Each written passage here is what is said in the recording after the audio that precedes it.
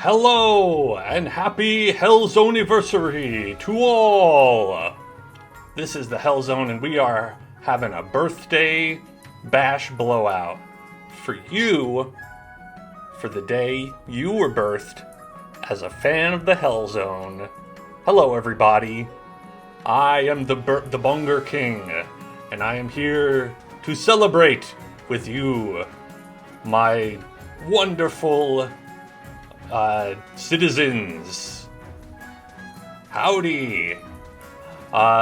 It's a very exciting day here at HELLZONE because, as your royal majesty, I have several decrees for thou.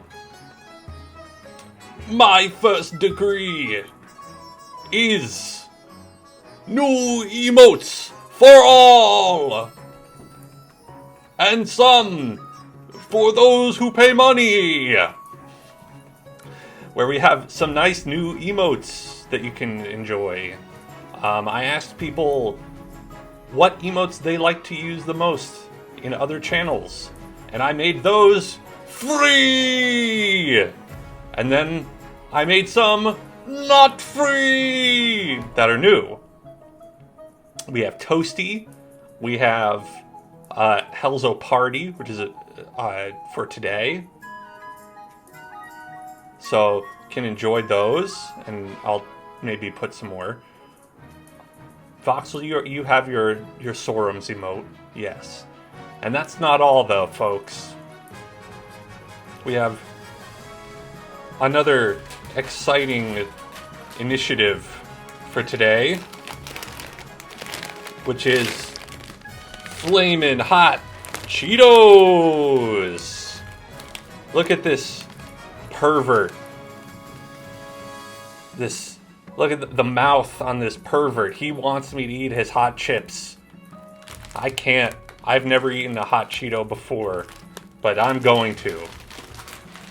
Any and all donations, tips in this stream will incur a Cheeto penalty for me, which I think is fair. And in that sense, we have something to spend money on. Merchandise! That's right. I have crafted a merchandise website, which you can activate by going to the same place where you get the tips, or do the tips or whatever. Just the tip. I think, go to the store, ! Store, you can purchase any or all of these fine things at your leisure. Some people said they wanted some merch. So I came up with some basic ones that just has HELLZONE.club on it. You can get it in nice, different colors. A nice hoodie. A nice shirt. Very good. Holy cow. Hold on, we'll get to this in a second. Thank you very much. A nice mug. And my personal favorite. Very good. A motivational tee that I made just for us. And thank you so much for gifting 10 subscriptions. Holy cow. That's amazing. Thank you so very much, Sentinel, for your taxes, your donation, your fealty. It is very much appreciated. Very good. And you deserve to be joyfully driving your new Red Porsche Carrera convertible down the Ka'anapali coast of Maui. Or somewhere better. Very good. I'll perhaps roll out some more in the future, but this was enough to get started, I felt. So please enjoy. Very good. And enjoy me eating Flamin' Hot Cheetos. Very good. Open this bag here.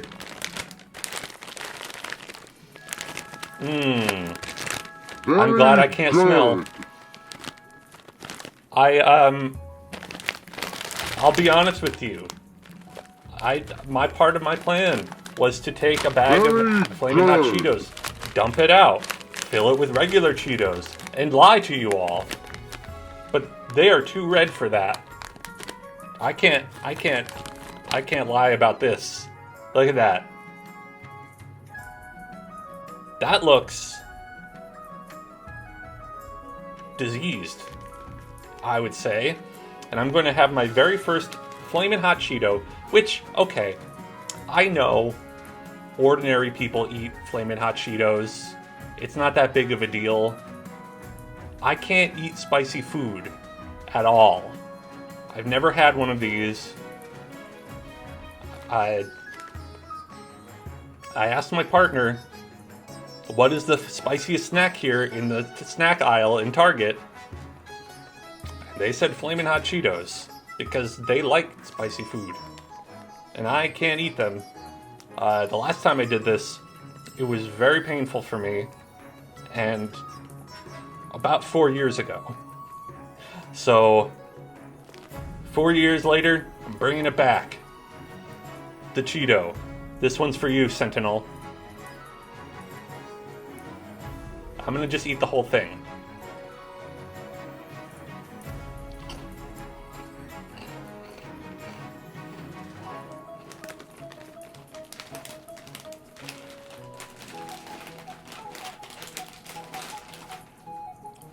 I cancel the stream, please.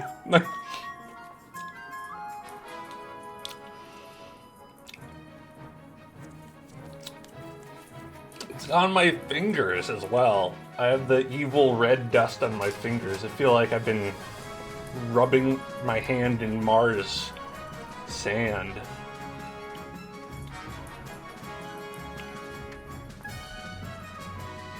I should have filled that with milk. It really lingers, doesn't it? It's a lingering taste that it has. I don't... You know how regular Cheetos will get like kind of stuck in your teeth for a little bit? And they'll like kind of hang around for a bit, like come with you on your journey? That's not a good combo with this. I can't get it out. Well, I'm alive for now. Let's go to the game screen, and thank you again, Sentinel Blue, for the 10 subscriptions to Jacob, Yoni, Dandy, Ligitorium, Factory Sweat, Yeet FPS, Brundlefly, Speedstar, 24 Dellas, and BK3. I'm holding out for you, man. We're gonna get BK3 at one point. Just don't give up. We'll get Banjo-Kazooie 3. Alright. So we've got 3 people in here already. This is King of the Castle. I am King Dan of the Hellzone Dynasty. And you are my royal subjects. You may join as a noble of your house by typing !join in the Twitch chat. As you can see, we have 3 royal subjects already. And if you wish to join, you may do so, I believe, at any time.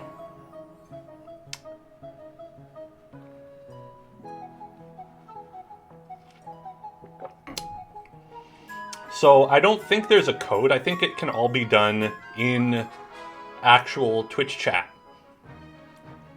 So we have Ducey right here, a noble patrician. We have Voxel, Count Voxel. And we have Baron, Sentinel Blue. The Barons of the March, the Counts of the East, and the Patricians of the Coast. All under my purview. This is a game where you can support my regime, or perhaps even uproot me as the king. Maybe become the king yourself. That's very rude of you if you wish to do that, and you will be held treasonous. In court, be subjected to eat many flaming hot Cheetos. I want to know about the flaming hot Cheetos. Now, people don't talk about this. These are called flamin' hot flavored. The flavor is flamin' hot. That's the taste. Not good. It's not good. It's the taste of fire. Why would you eat this on purpose? Why would you choose to put this in your mouth? For fun. I don't understand it, and I will put it in my mouth. But not for fun. For money. As a good king would. Alright. So, we're gonna begin. Ding ding. You may join whenever you wish. Good. Thank you so much for subscribing. Please read the rules as I read.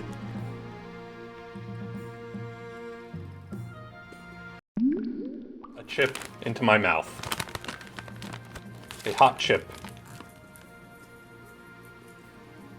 Right here. This magical wooden staff.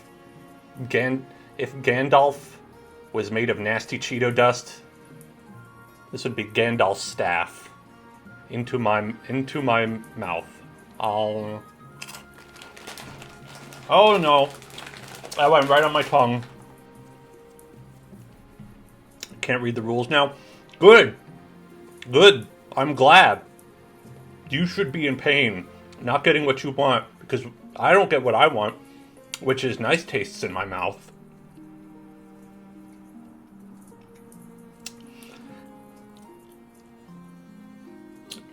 I can't describe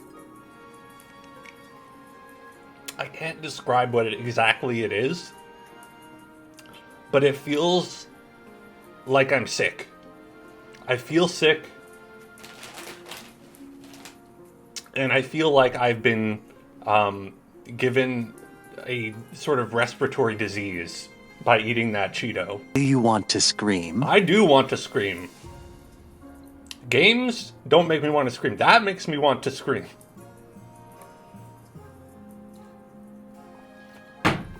Damn it. Okay. Anyway, I don't think you actually have to join at the app. So we'll just have that on. Anyway, okay. The path to winning. Acquire an heir and complete your ambition to win. Your first reign will likely end in disaster. Heavy is the head that wears the Bunger King crown. Keep an eye on the region's schemes. If they pass all their stages, they'll win the game. Be careful of the region's defiance stat. If it gets too high, regions may rebel against you. Pass all 3 stages of your scheme. Each stage requires you to get stats to certain levels, which are affected in votes. How you vote is up to you. For your region's scheme to stop other schemes, or for the good of the kingdom. If your defiance stat is high enough, you can rebel. This pauses your scheme and is risky, especially if you have low military. But you got all that? Alright. We've got 4 nobles. Zombies has joined in the Counts of the East. So there's a major imbalance here. Okay, so I don't know what we're going to do. Coronation. This is your monarch. The streamer's character. They'll appeal in most stories, but not all. These kingdoms have stats. If any of them are at 0 at the start of a season, the game will end. These are the stats. They determine which events are generated. If defiance is higher than both authority and stability, a region can trigger a rebellion. This will pause their scheme and is risky. Okay, I got most of that. Here's our Chancellor. Your Majesty, I've scheduled your coronation to take place in a week's time. Why the hurry? To delay any longer would make the nobles restless. And when nobles get restless, they take their daggers and look for the nearest back. Oh, we wouldn't want that, I suppose. As is tradition, your council will decide what happens at your coronation. Well, let's get this over with, then.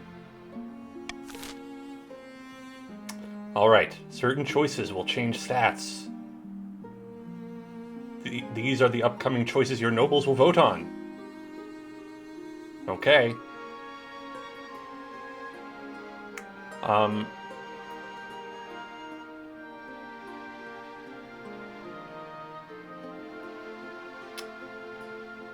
So we have...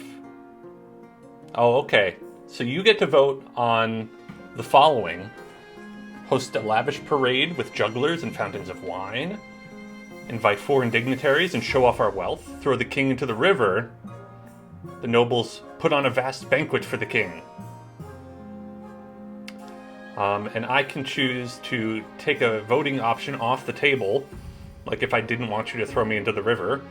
Or I could mark their preferred voting option and give it one extra vote. Okay.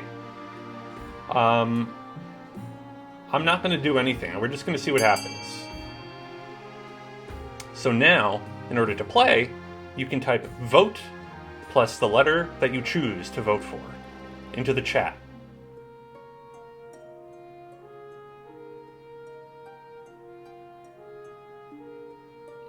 And we'll see if it's working, or if the delay is too long.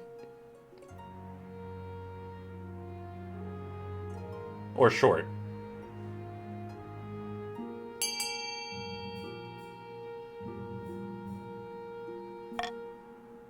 Let me see if we can bump that up. No.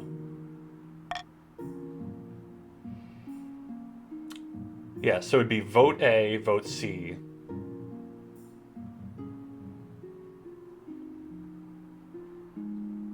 Okay, no one got in under the time. Is it too short? Because I believe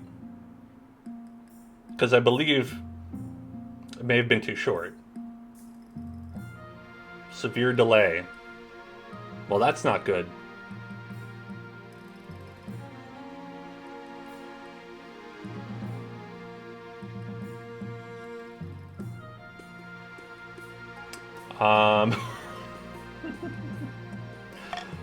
Hold on.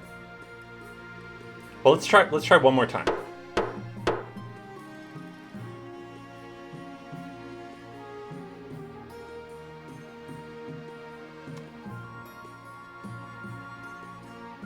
I'm gonna throw myself into the river.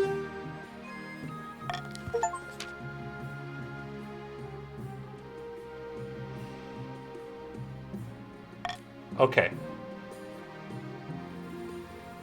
Let's try this. Let's try.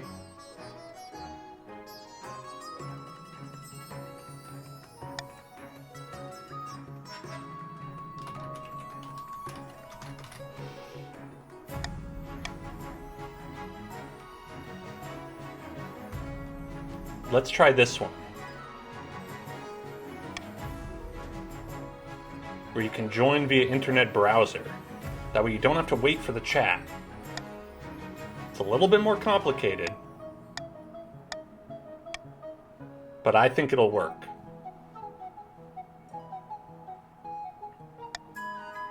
Now you see the room code. It's Zakwas. A bit more complex.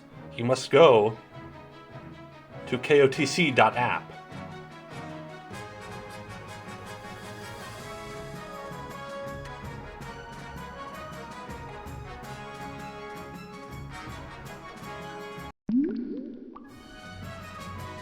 Alright, I'm gonna add the The room code.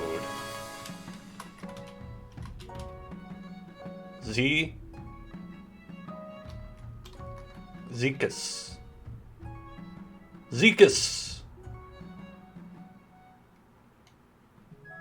All right. Balance?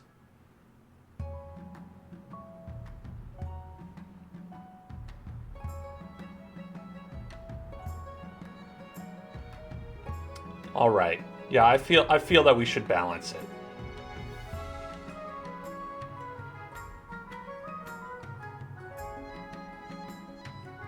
We shall balance it.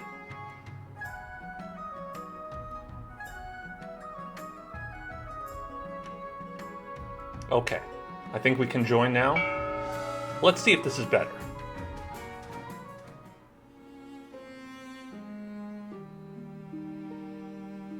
Coronation. Once more.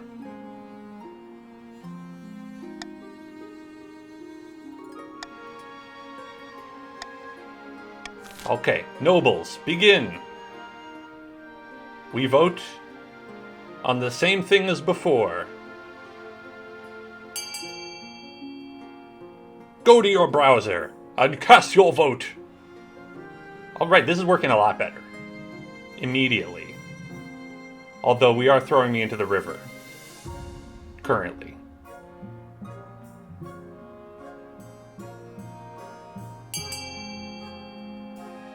Voxel honoring the ninth god. Okay. I see you honoring the ninth god. I guess we're going to a lavish parade. Spending our money.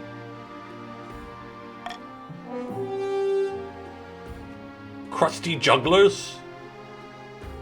Fountains of wine?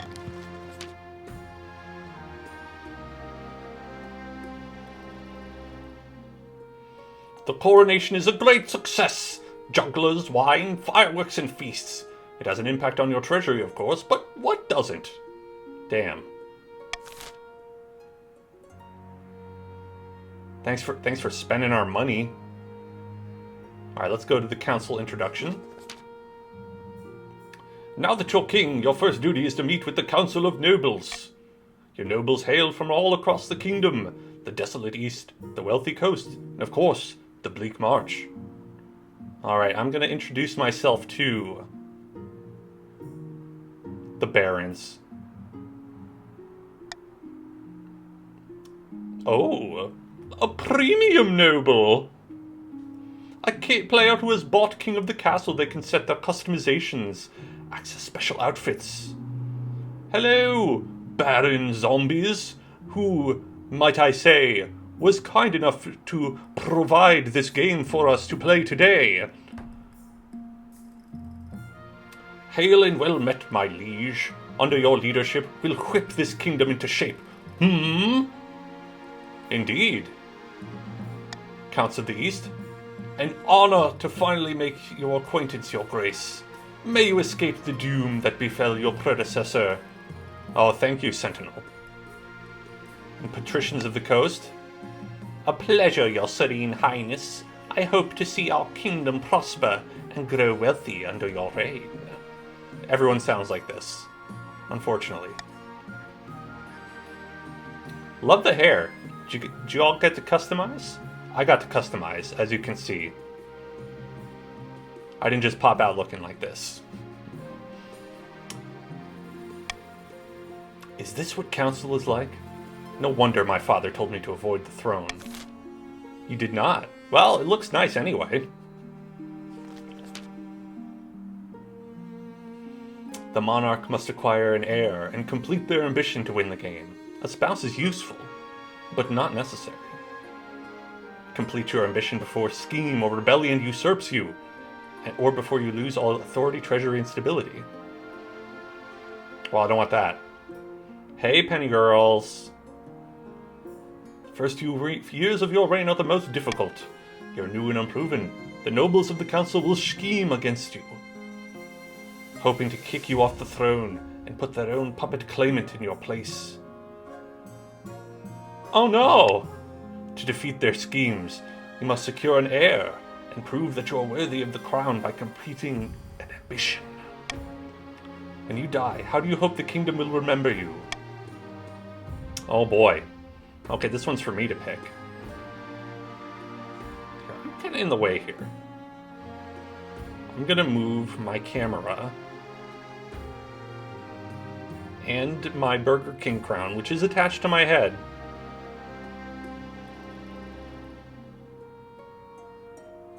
to over here. Ha ha ha! Hello!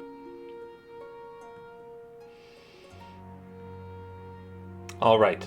Should I be a conqueror, a peacekeeper, the greatest king who ever lived, a father of the nation, an architect of a new golden age, or a saint?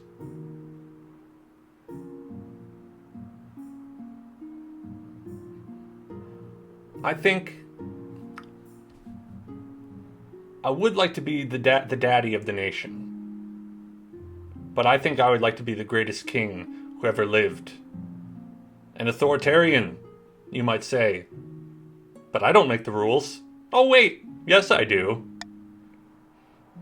I see. You're the type who likes to build lots of statues of yourself, aren't you? I suggest over the next few years, you focus on improving your authority as much as possible. Once you have an heir, I will return to discuss how your ambition is progressing. Good luck, Your Majesty. Alright, we'll end the season. Nice, good season. Each region will now vote for one of 3 randomly selected schemes, made up of 3 stages with specific stat requirements, and passing all 3 scheme stages places the region's claimant on the throne, winning the game.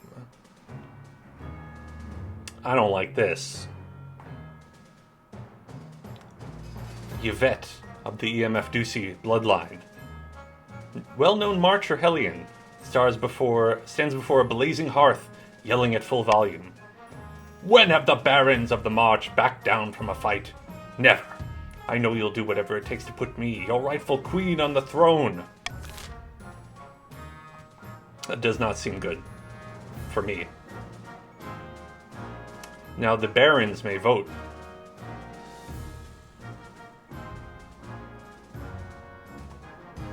Should I be watching this? I feel like I shouldn't watch this. This is probably not going to work, but I'll try to not look at this. All right, in the corner.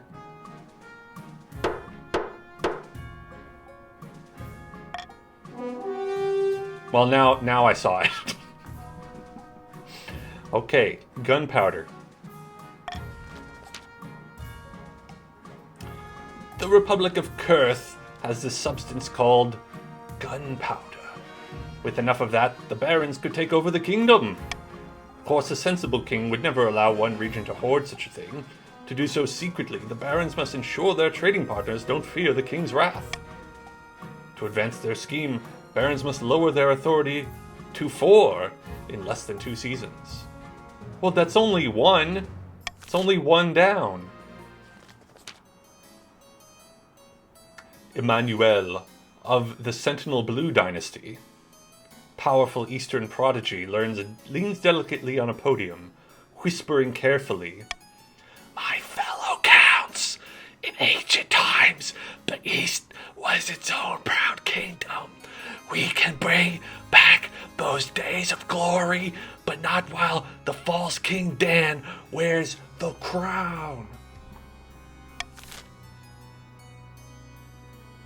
Now this is a vote of 1, I believe.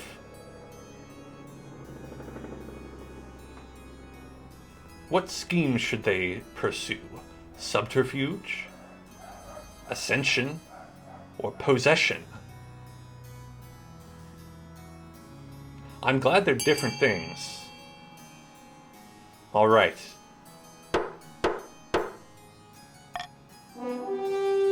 Ascension. Lower their own faith. That seems pretty simple to do. I'm not responsible for that.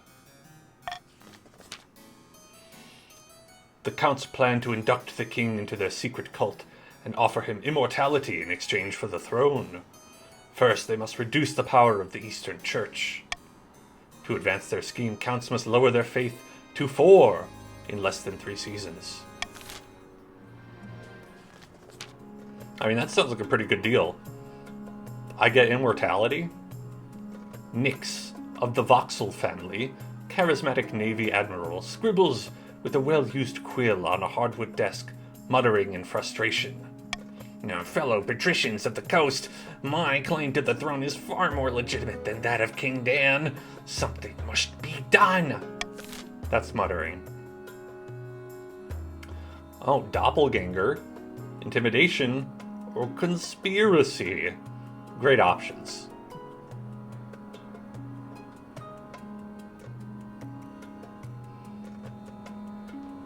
I mean, I know which one I'd pick here.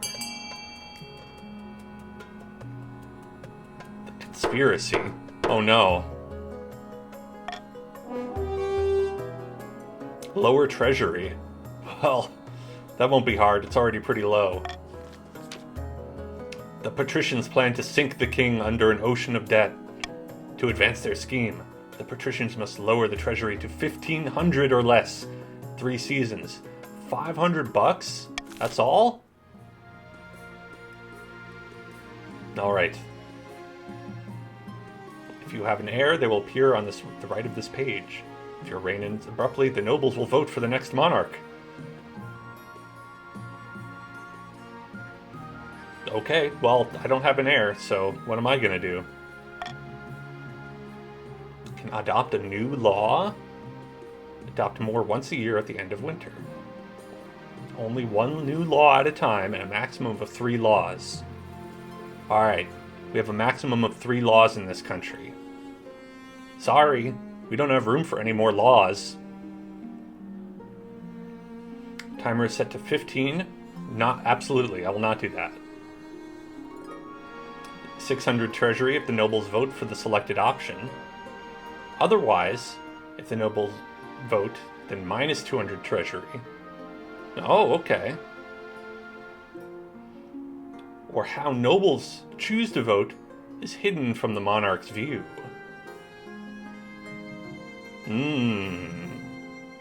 Sneaky. I do like that.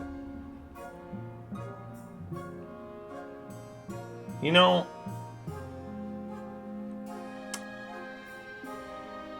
gambling is pretty fun, though.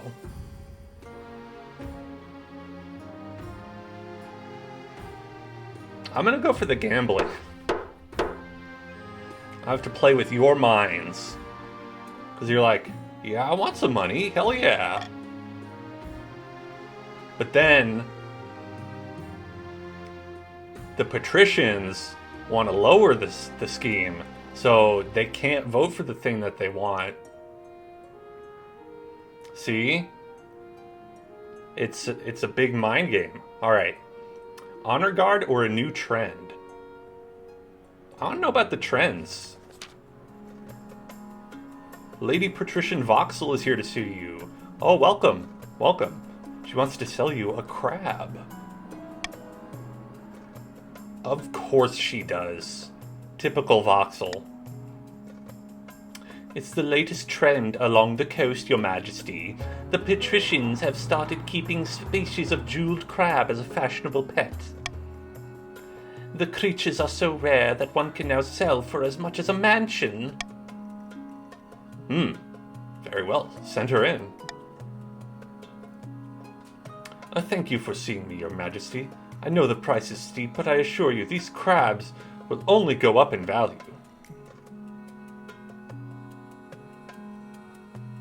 Wait.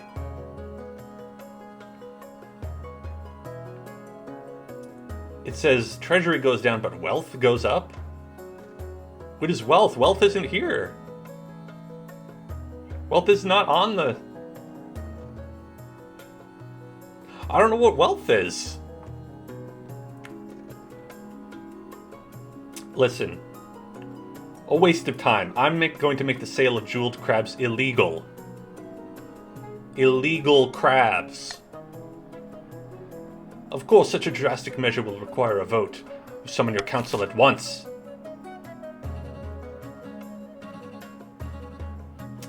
Should the pointless but lucrative crab trade be banned?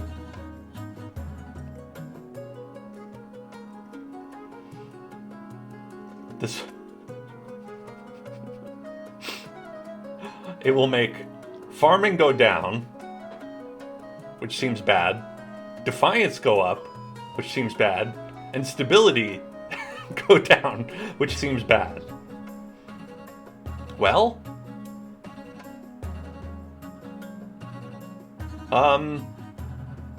I could take an option off the table.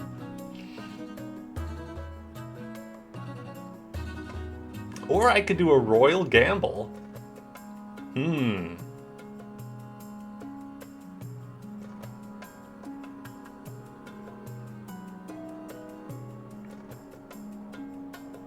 Alright, I think taking an option off when there's only one is very rude. So I'm going to do a royal gamble. Okay.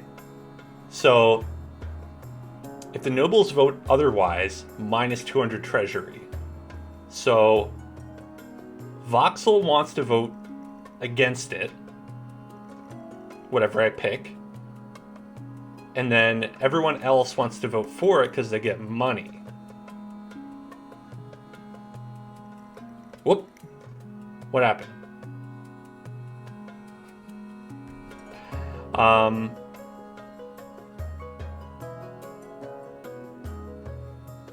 No, okay, it's fine. Okay, I think someone just dropped out for a second. Right? Yeah, we're all good. Okay. So Voxel will want to pick the other one.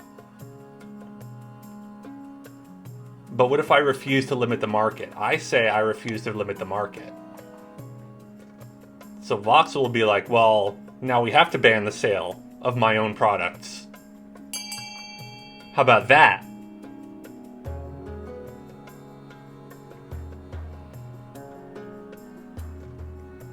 No!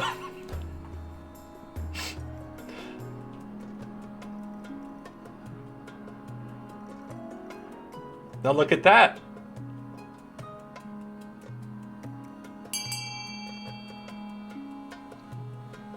I guess the nays have it. Did I get money? Or did I lose money? I think I got money.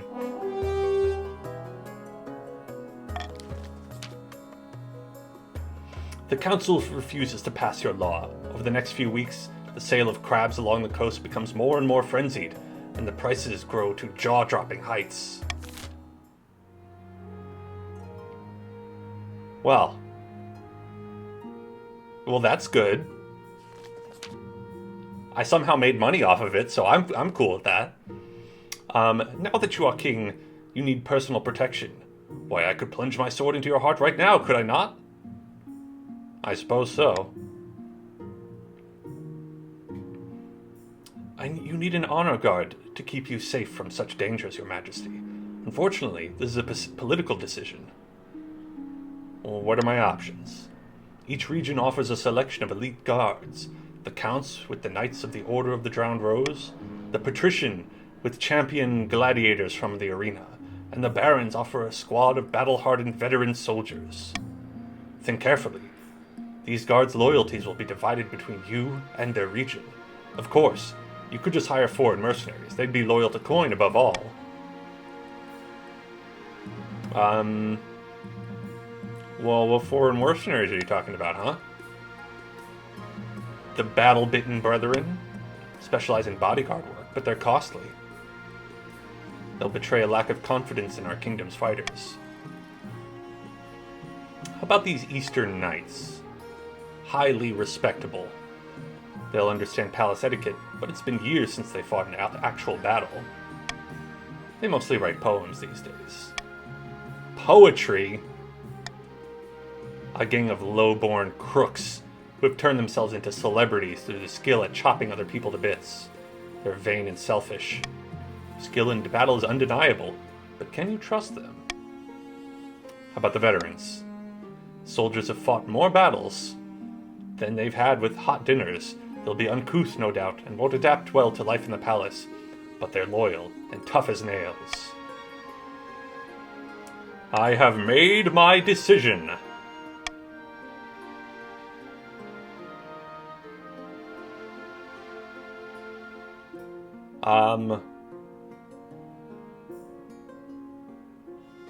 My decision is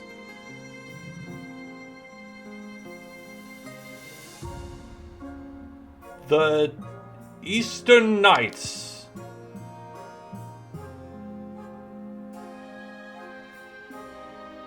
Oh, that was them. Oh no, I picked the poets. Whoops. I meant to do that.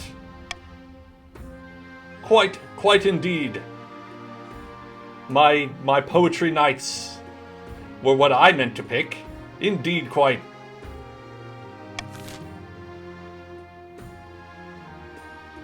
Time for a fishy wedding. Your Majesty, Archduke of Saul has invited you to his forthcoming wedding. Your attendance would help shore up some relations between our two great nations. Oh, depths below. Great nation. The Isle of Saul is nothing more than a nest of pirates and cutthroats. And I heard it isn't a proper marriage anyway. The Archduke is marrying a fish! The groom is a finfolk, one of the denizens of the sea, perfectly sapient and actually amphibious and ambivalent. Well, the church doesn't agree with a man marrying a fish. We mustn't legitimize this farce by allowing the king to fuck a fish. I mean, attend. Well, do I support the fish fuckers? Personally, absolutely. Let's see. We have, of course, the king should attend the wedding.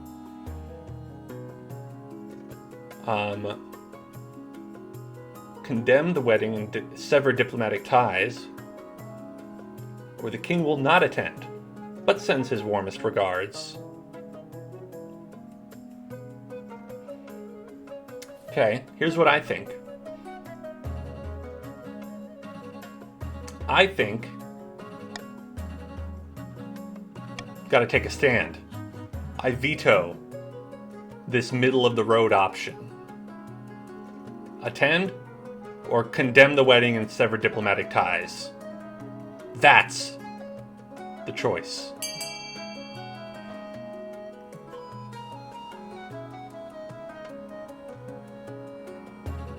Okay, Sentinel. Condemn the wedding. I see. Everyone wants to condemn this wedding. Y'all hate the fish fuckers. Every single person unanimously hated the fish fuckers. Well, alright. If that's what you want.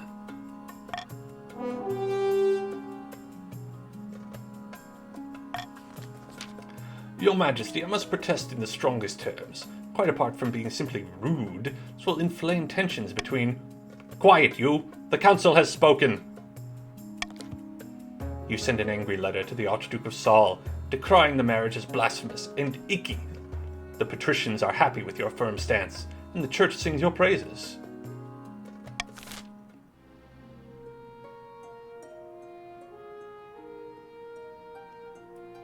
Okay, I think that's end season.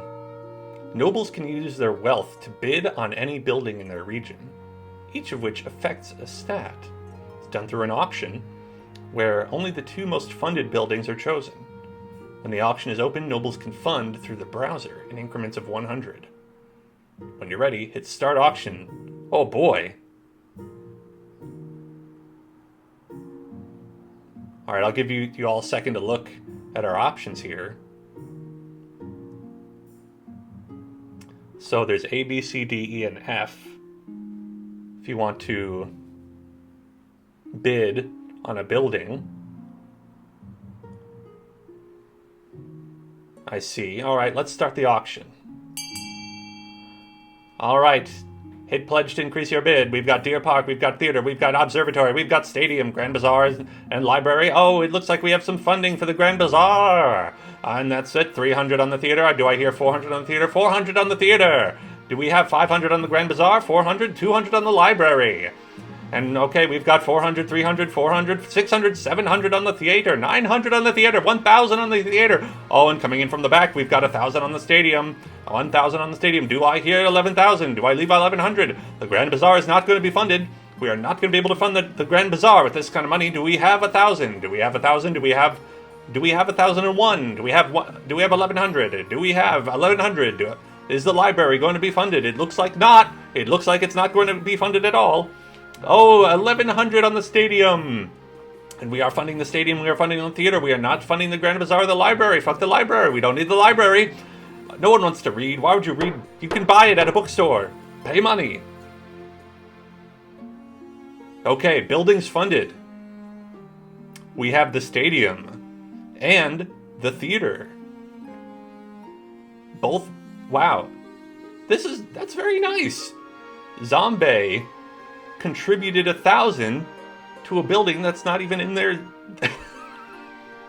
in their region. They just wanted the stadium. Well, that's great. I think that's great. Now we have a theater and a stadium. We're gonna have a lot of fun. Okay. Autumn 948. Finding a spouse. Let's get down to brass tacks. This is what I'm here for. A fishwife. In the twisty passages of your castle, you can avoid your advisors, the nobles, even the spy master. But there's one person you can't avoid. Your mother. I'm marrying my mother? Why haven't you found a spouse yet? It's been almost a year.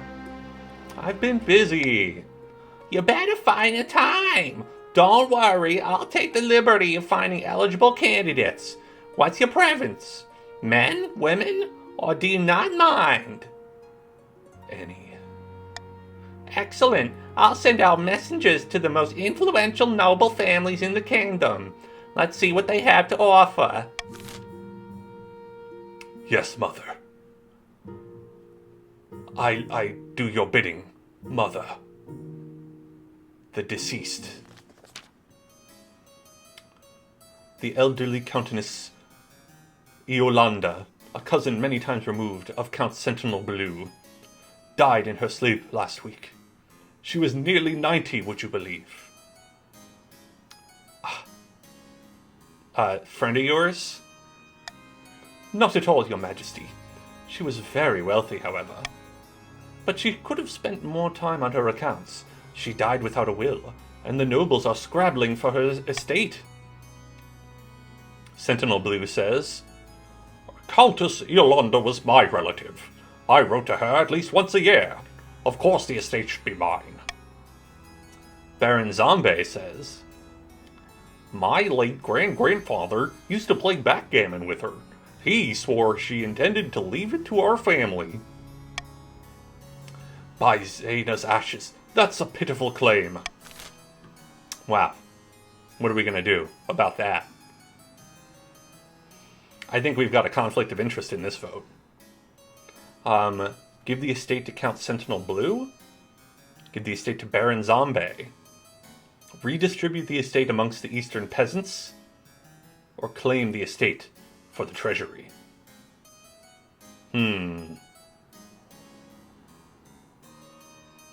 Difficult. A difficult choice. Yes, family matters. Just like Urkel. Did I do that? Let's see. I should say... Well, this is obviously going to come down to these two, I think.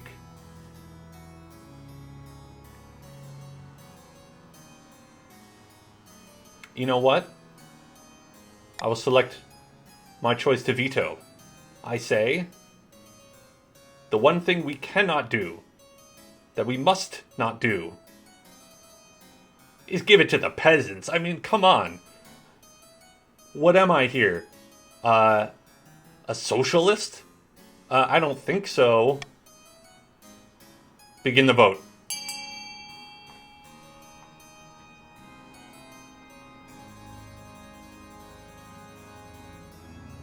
So we can choose, give it to Sentinel, give it to Zombie, or give it to me.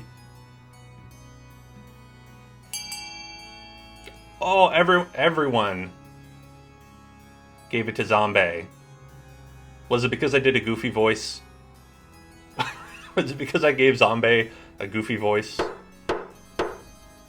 Have I put my thumb on the scale in a way I did not know? Count Sentinel Blue shakes his head, muttering with his friends about favoritism in the council. But Baron Zombie and the other barons are delighted. They even send you and the treasurer a gift basket as a token of their appreciation. Gift basket, yay! Baron Zombie had just got $1,500, and I got some money, and the Defiance went down. Well, that's good. I love a good, pleasant constituency. Ah, Your Serene Highness, it's terrible. Pirates have been going after all our merchant vessels. I'm nearly bankrupt. Oh, shit. You lost all your money, Voxel. These are typical Salish tactics, Your Majesty. The Archduke was infuriated by your response to his wedding. He's getting revenge the only way he knows how. Piracy. Unfortunately, that's only speculation. We have no concrete evidence that these are Salish ships. Wow. Uncertain outcomes. Can be random or based on a stat. Oh, I see. The military response. 25%.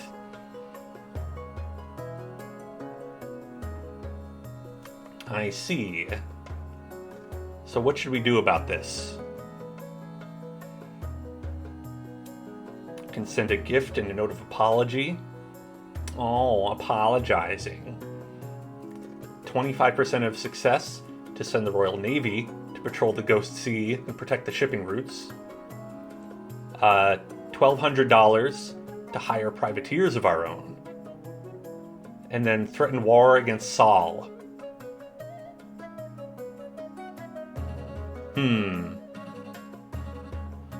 Well, I think if we look at our nobles here, I think y'all need some money. So I'm going to do a royal gamble.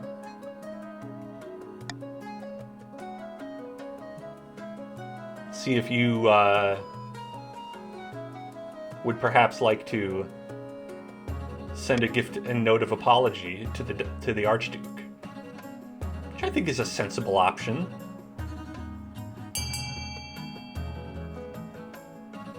Oh no! Apparently not.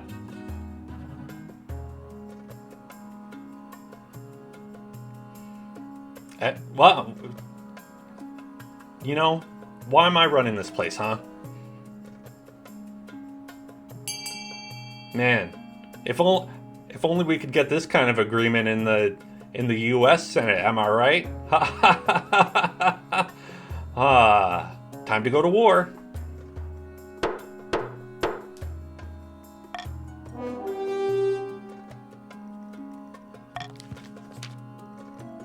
Oh no, my authority.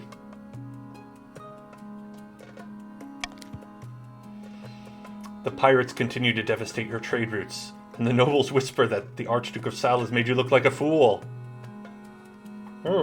Whoops.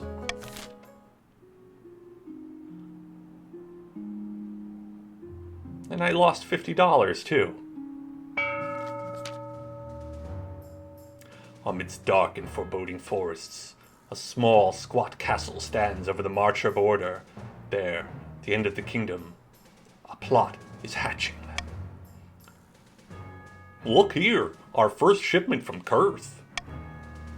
Incredible! May I see inside? Careful with that torch, you fool. You'll blow us to smithereens.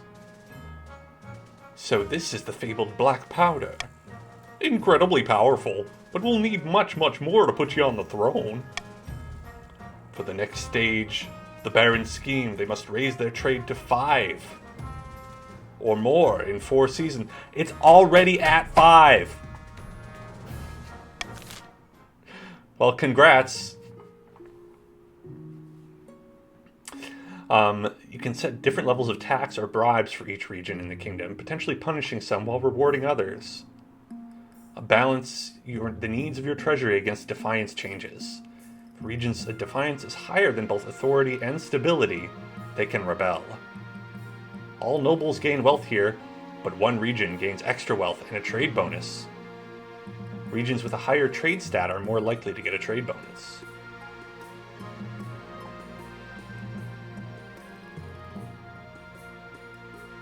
Cruel taxes for all.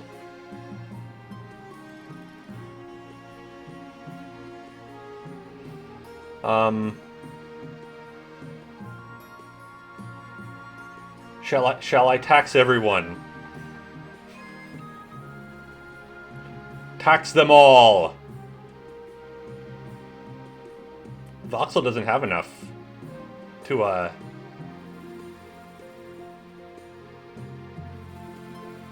do that. I would bankrupt Voxel. I don't want to do that.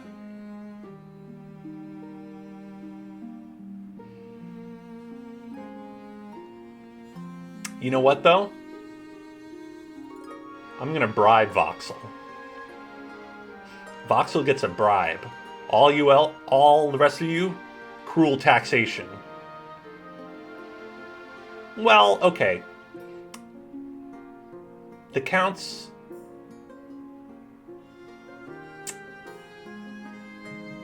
I see. Threatening to disconnect here. Common tax.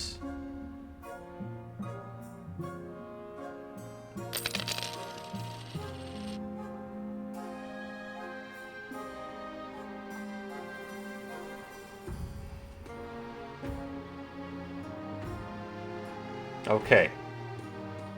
The coast is loyal. The march is aloof.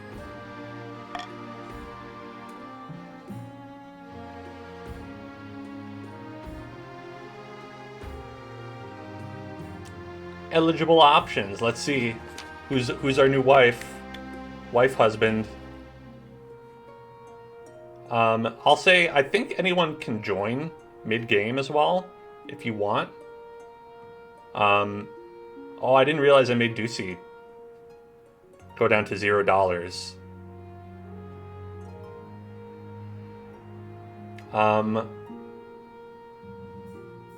Oh, a young candidate from each of the kingdom's 3 regions will be securing an alliance. She's arranged 3 portraits on easels. For now, each one is covered by a cloth. Alright, let's see him. She whisks away the cloth from the first portrait. This is Lorelei, the eldest daughter of the Eastern Sentinel Blue dynasty.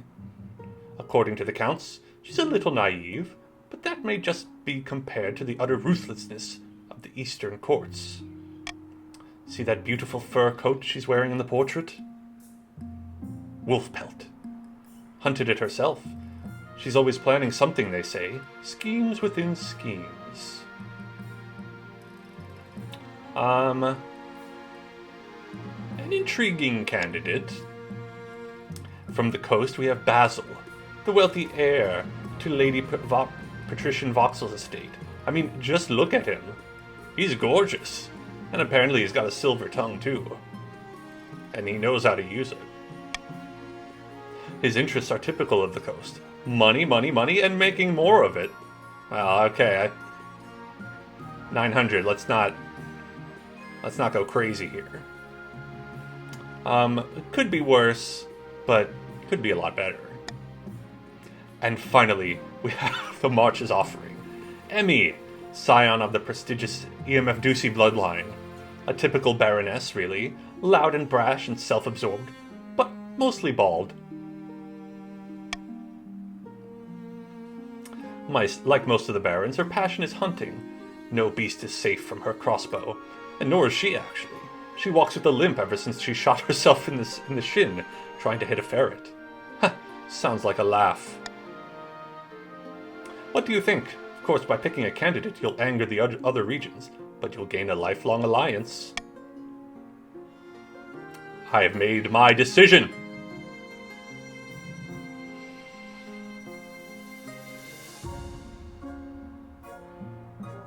I say, Emmy of the March. Ha ha ha ha ha ha ha! My bald queen.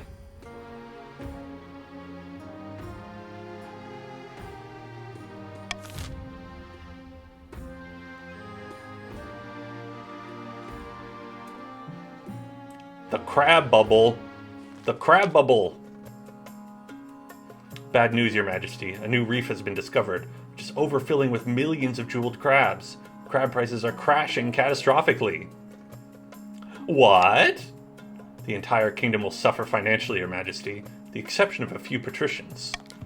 Curiously, Lady Patrician Voxel, the very same patrician who first began the crab craze, recently sold all her crabs at a huge profit just days before the crash. I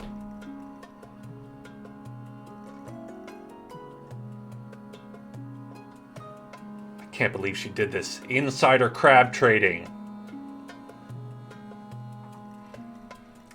Voxel's wealth has increased.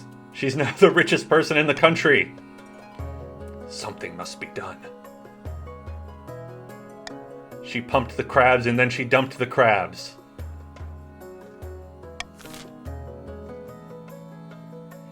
Should we bail out the failed businesses? Let the coast suffer? Or arrest arrest Voxel and confiscate her gold?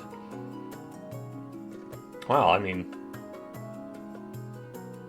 we could do that, you know.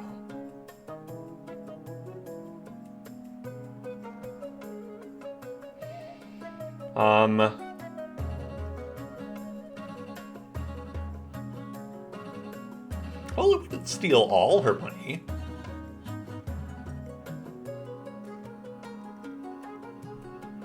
We wouldn't steal all her money.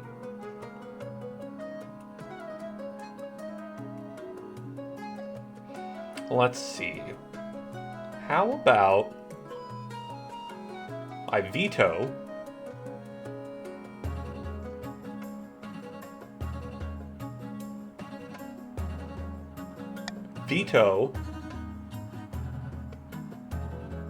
the bailout. No bailout. Not allowed.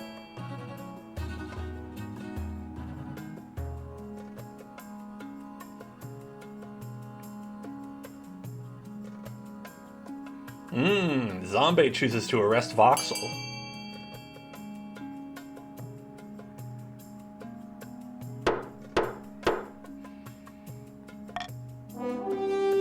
Let the coast suffer the consequences. Trade is now struggling. Defiance is aloof.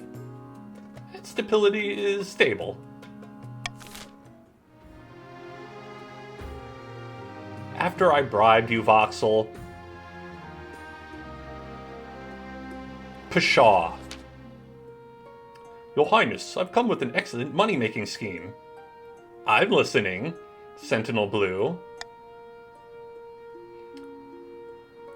Have you ever heard of a thing called simony?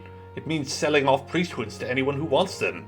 I've already spoken to the Archbishop and convinced him it's a good idea. Of course, he'll get a healthy cut of the profits, and so will you. Ah. Why would you pay to be a priest? It's a very cushy job for a noble's third son who is too wimpy for the army and has nowhere else to go. Why, my little Ivan would be a perfect candidate. I was skeptical at first, but Count Sentinel Blue has really sold me on the idea. Let's put it to a vote, shall we?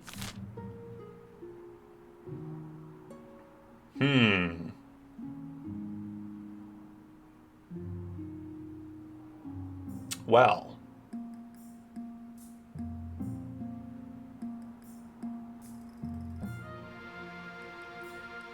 What should we pick? Should we allow people to purchase the opportunity to become a priest? Well, I'm gonna pick that. And let's see. Let's see what happens. Money is money. I agree. And no matter what we pick, I get money.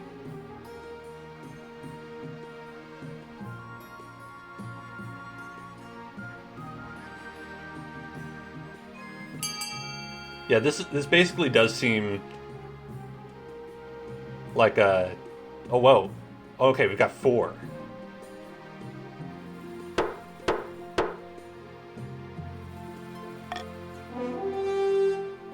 Permit the church to sell priesthoods.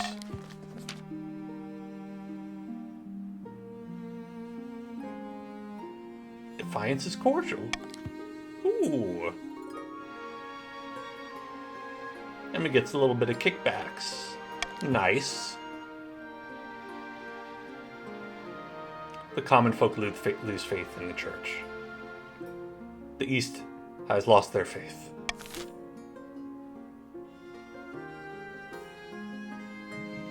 And the season's done. In a tiny village far to the east, 2 counts meet in a derelict cavern. Another priest left my estate today. Said there was no sense preaching to the truly lost. I've heard the same across the east. We are no longer trapped under the church's thumb. Now we must not falter. If the king grows proud, we can offer the ultimate reward, immortality. For the next stage of their scheme, counts must raise their authority to 5. Oh, raise the authority. Well, unfortunately, that you got some work to do on that one. In a dingy seaside tavern, 2 patricians of the coast meet to plot their scheme. And terrible news. The kingdom prospers. The treasury is practically overflowing. I didn't expect the new king to be competent. Nobody did. We must work harder to bankrupt him. Right. Lower it to 1,500 or less. Yeah, good luck. It's about the only thing I'm decent at doing here. Okay.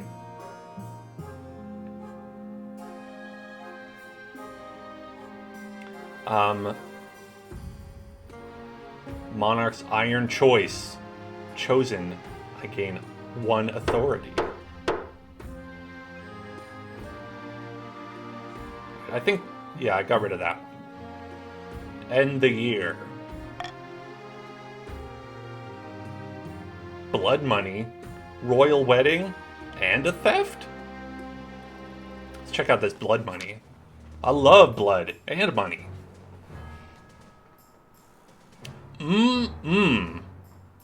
What are you talking about? Gar.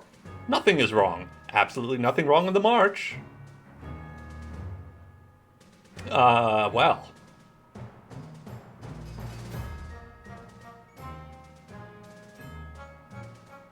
Things must have changed. There's definitely not an old witch who lives at the border of my lands, and I definitely haven't been having money troubles. Most importantly, she didn't offer me a fortune in exchange for just a drop of blood. An offer which I absolutely did not accept. But your wealth went up. Wait a second.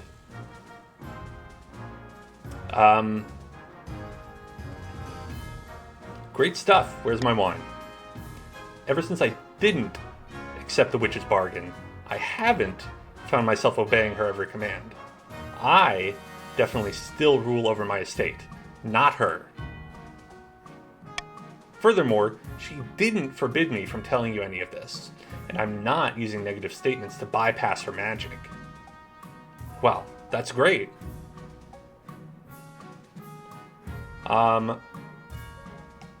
See, glad that's cleared up. Let's celebrate. All right, I want to see about this. I'm starting to think you mean the opposite of what you say. No, my liege, that's not the case. Oh, guess I was wrong. Let's get the court physician, okay? After a week confined to a cold iron box with nothing to eat but salt, the magic stops affecting you so strongly. He's even able to talk about his ordeal directly. I always tolerated that bloody witch. She'd sell medicine to the peasants and help them find lost sheep. I never suspected she was capable of something like this. We need to call a vote. Send a regiment to take back my stolen lands.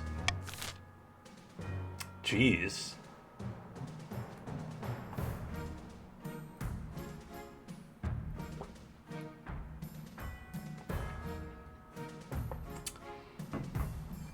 We can take back the land, burn the witch at the stake. Always a sound option. Take back the land, but let the witch go free. Or let him suffer the consequences of his bargain.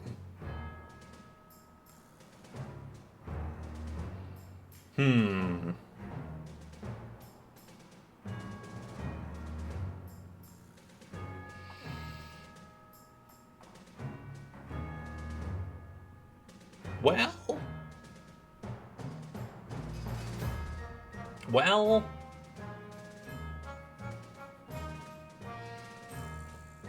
70% chance of success on that one. I think I'm going to make an iron choice here. And my choice is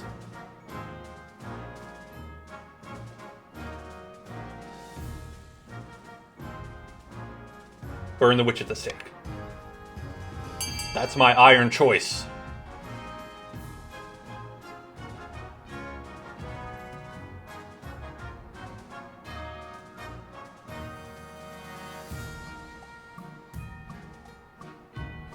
Oh no.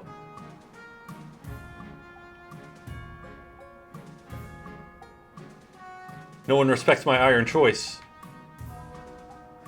Hey, Atongas, thank you so much. It's such a nice message. Appreciate it. If you'd like to play, anybody watching, you can go ahead and join. And if you can't, let me know, because I'm pretty sure you should be able to. Wow.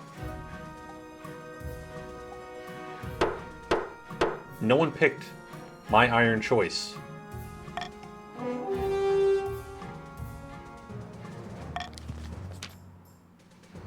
Well, you lost all your money. I hope you're happy. The witch had already fled with your gold. Peasants have no memory of their time under the witch's rule, but churches have been burned. Profane messages scrawled on their charred walls. And their fields are never again as bountiful as they were under the witch's reign.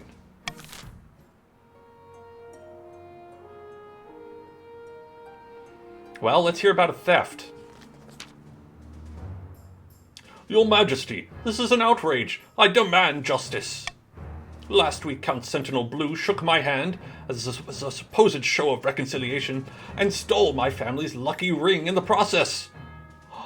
Man, this is a blood feud between you two. Oh, I forgot. You're goofy. But I love the mustache. Blood and stars. Nonsense. Rummage through your drawers and I'm sure you'll find the damn thing. Your Majesty, a feud has stood between our families for centuries. Sentinel Blue's ancestor left my ancestors tied to a rock in the woods for wolves to consume. That's because his ancestor poisoned our well and killed half our household. Enough. I know Sentinel Blue stole my priceless ring. It brings the march great luck and bounty, and my dear nephew is to wear it when he marries. Wow. We can send the Chancellor to the east to investigate. Arrest Sentinel Blue immediately. Or leave the squabbling nobles to deal with the situation themselves.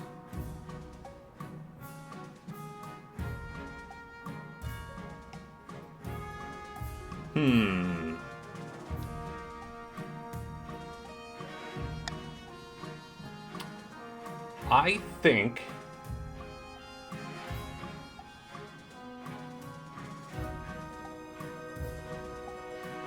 I'm gonna veto this one. Oh, can I do like multiple? No, I can't. Alright, so you can either arrest Sentinel or send a Chancellor to investigate, which seems more reasonable to me.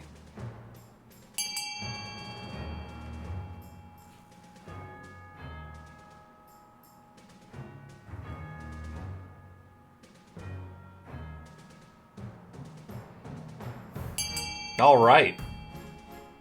We're investigating.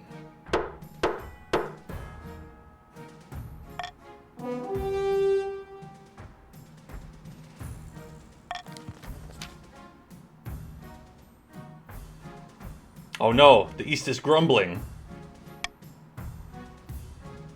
You order the Chancellor to search Sentinels Blue's homes for the special ring. Goodness me, I do enjoy tales about such mysteries. I shall do my best.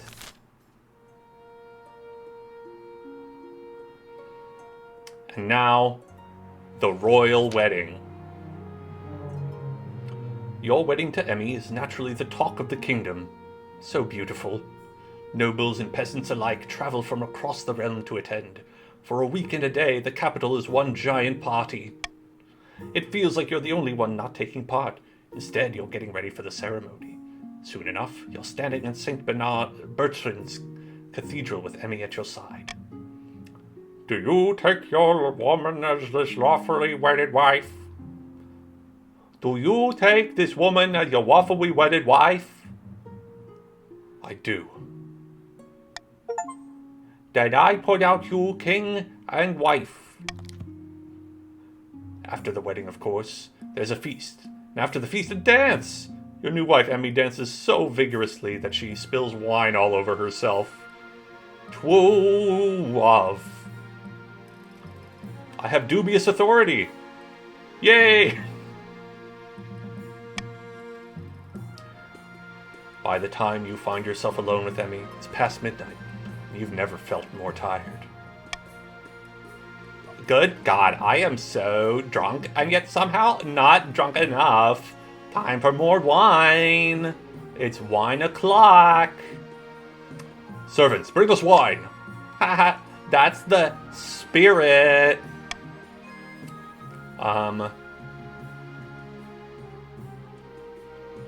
So, what do you think of the wedding? It was damn beautiful from start to finish, wasn't it? I had a whale of a time. I don't understand the pun. What are you talking about? So what do you like to do in your spare time? Nothing beats the romance of the hunt. Roaming the great outdoors, searching for my prey. You down? No time like the present, eh? She swigs back the last dregs of her wine and leads you to bed. We hath banged. Beautiful.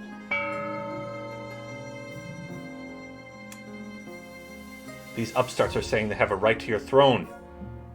No doubt the nobles are already scheming to their... Oh no.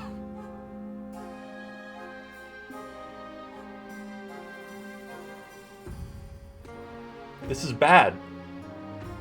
No. They call it the present because it's a gift. Is that how you feel like she is searching for the ring? Just like Lord of Ring. Your Majesty, I found Baron Zombé's ring, but the situation is delicate. Count Sentinel Blue's nephew has it, because Zombé's nephew used it to propose to him. My guardian, Sentinel Blue, doesn't understand true love. My dear Felix and I are meant to be together. Feud or no. All we want is a quiet life, a little garden, a flock of geese, 20 acres of land or so. No one knows about this romance yet, but tensions are high. Both regions are using the feud to fuel a full-on rivalry between the barons and counts. Perhaps I'm soft-hearted, but I can't help feeling for this young couple. Is there a way we could resolve this peacefully? We could publicly forbid the romance. That's peaceful. Seems peaceful to me.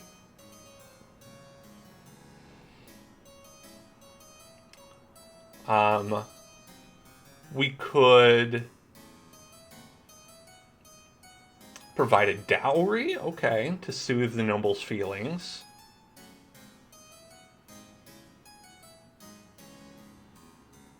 Or quietly advise the couple to break it off.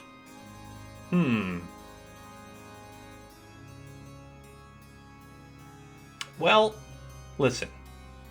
This ring belongs to Sentinel. And I think that that's important. Great God, Your Highness, how could you do this? Don't we deserve the same love you and Baroness Emmy share? Of course not. I'm the king. That's a shame, Your Majesty. Probably sensible, but I do feel sorry for the pair of them. As Nikolai storms out, you prepare your letters to his guardian and Baron Zombie. They're both quite outraged that their wards have been sneaking around behind their backs and pack them off as far away as possible. One to learn diplomacy in Kurth, the other to join Archduke Shomo's court in the Isle of Saul. Yay!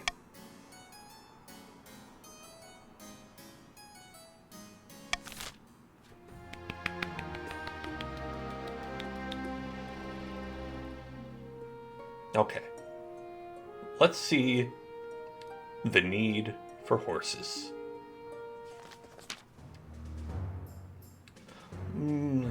Your Majesty. Oh, wait, this is... Yes. Your Majesty, I've been thinking. Marcher soldiers are without peer, but our armies could always be stronger. We really need our better horses, but the best don't come cheap. The Ash Medians have a surplus of destriers at the moment, horses bred for war. Perhaps the crown could go halves with the barons to acquire some? For the good of the kingdom, of course. Halvesies?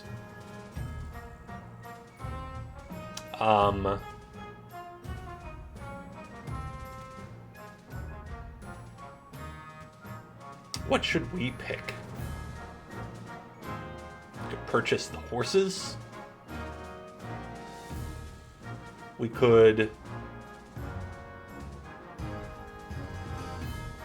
encourage the barons to breed their own destriers in the march, or discourage the reliance on more horses. I'm going to say Iron Choice buying horses. Because listen, if there's one thing I could say about my new wife, she's a horse girl.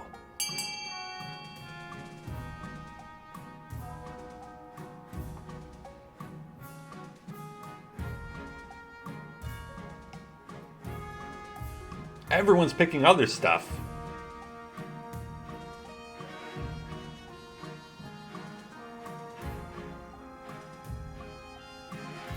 Well, Ducey, that was your clan who wants to get these horses.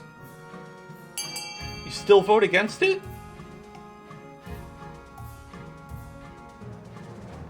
I would pay 2,000 gold? They're horses! It's worth it! Have you seen how beautiful of an animal they are? A beautiful animal. Very well. Fine. We are simply cordial now. No destriers? Where are we gonna ride? Coursers? Bah, it's like you people know nothing about horses. Or chivalry.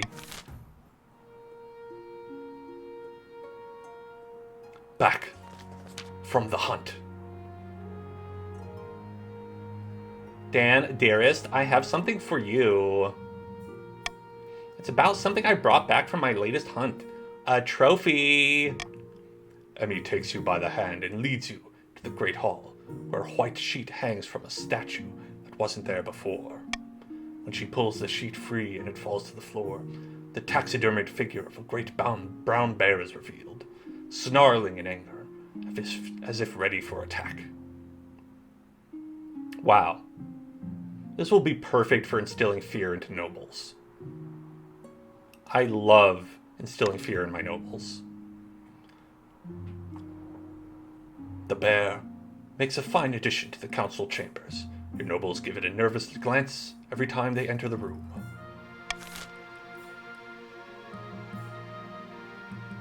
That's right. Look at my bear. My scary berry. Oh, we're gonna vote for some buildings.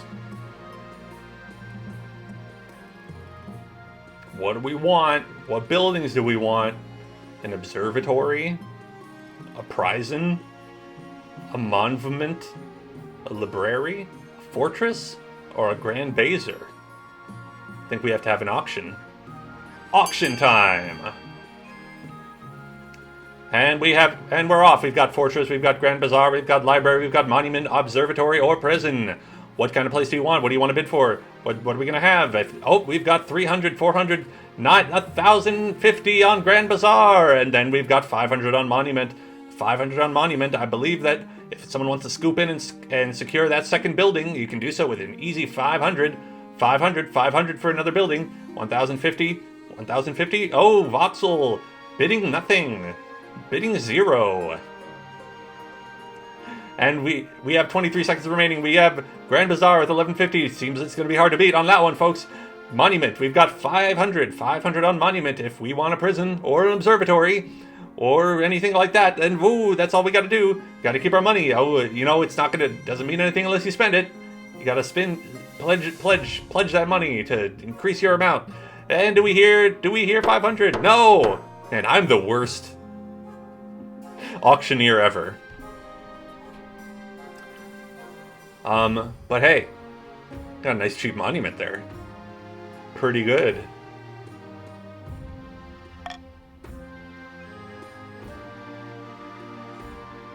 All right. Bronze Giants. That sounds cool.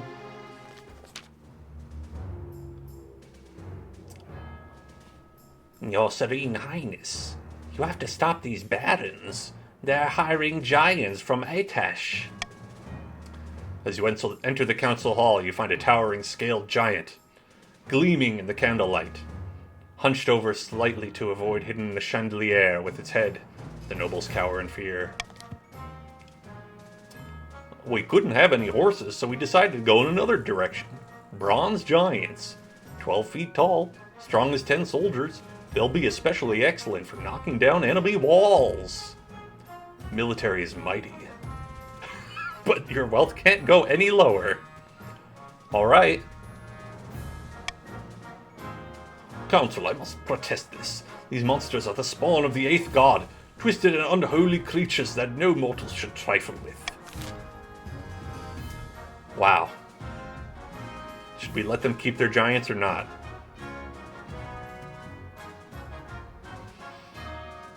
Well, we could mandate that they're only used for peaceful purposes, like building.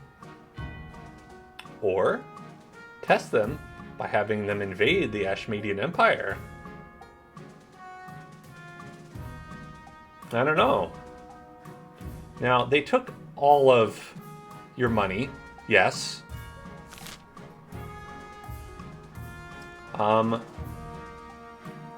But they didn't take all of my money. And I appreciate that about them. What is that? Oh. Faith. Okay. Faith. Trade.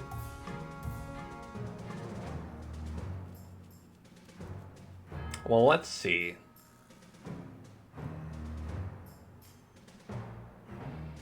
I think that we cannot use them for peaceful purposes. Absolutely not. Nothing peaceful.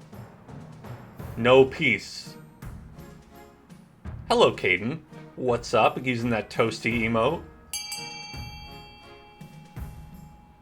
No peace. No peace.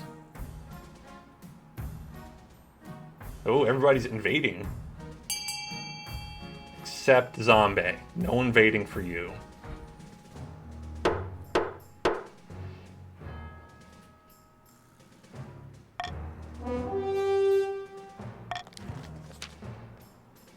Ha, now that's the spirit. I'll muster the regiments, shall I? Well, I'm not sure about this, Your Majesty. Ashmead is the oldest and largest empire anywhere in the world. They're not to be taken lightly. Well, I mean, I didn't vote for it. I just outlawed peace. I can't be responsible for war, alright?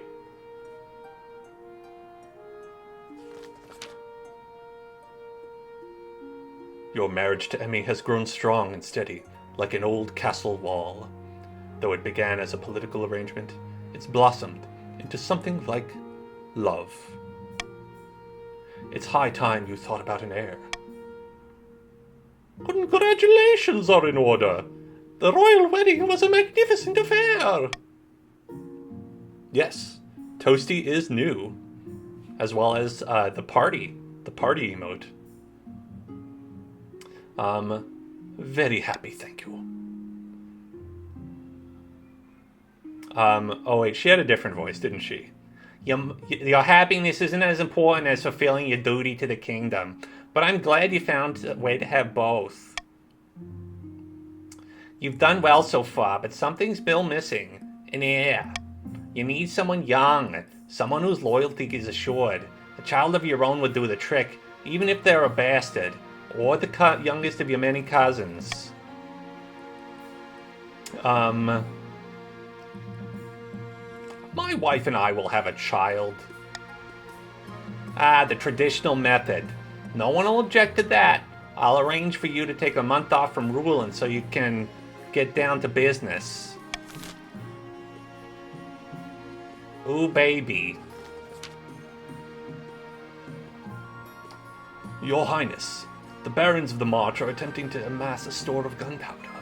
You know, the explosive black powder from Kurth. Where do I get some of that? Kurth is the only place that produces it in large quantities, Your Majesty. The Republic is missing. They're fine. They're careful about controlling their supply, and unfortunately, they're rabidly anti-monarchist. The barons have established contacts with Kurth merchants, no doubt at great expense. Without the coin to purchase more powder, however, their plot will fail. As it stands, the barons' trade is strong enough to procure a large gunpowder stockpile. If you wish to stop them, you'll have to act fast. You bring the revelations, which the barons wholeheartedly deny, to the council.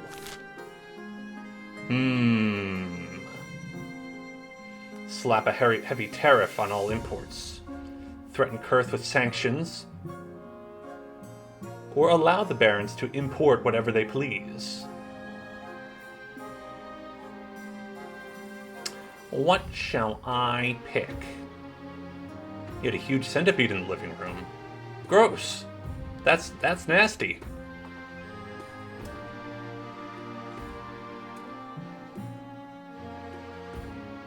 Okay.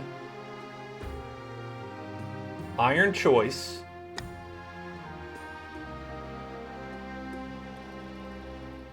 This one. I want to at least get something out of it. You know, if you barons are going to try to get off scot-free for this, I want something out of it.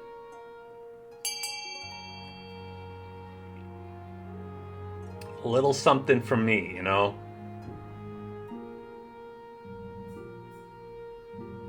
Ha ha ha, still picking it, I see.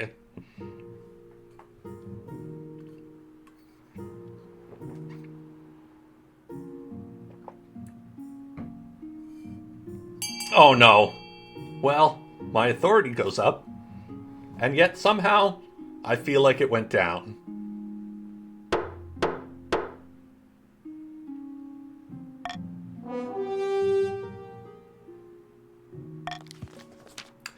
The council takes no action. The barons smile to one another as they watch their plot march one step closer to the goal. Well, and now I have an iron fist.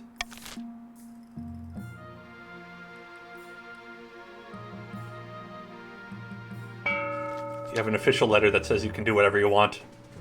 Damn it. My authority. Somewhere in a dark cellar, a nervous baron is showing his guests a stupendous cache of explosive gunpowder. Behold! Great God! By my life, isn't it rarer than gold dust? Over here it is. This isn't just the biggest stockpile in the kingdom, but the only one. Now, what do we do with it? Uh-oh. Oh, okay, I don't vote on this one. Oh boy. Sneak the gunpowder under the palace and blow them sky high. Or manufacture muskets and cannons to make your military unbeatable. Wow.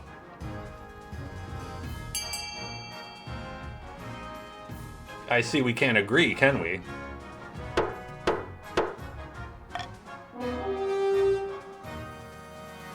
I guess it just randomly picked. Raise your military. Well, your military's pretty high already. We'll step our recruitment, so we'll ready when the time comes. I'll get to it. For the final stage of their scheme, barons must raise their military to 10. Which, it's pretty close to. At least one region has entered the final stage of their scheme.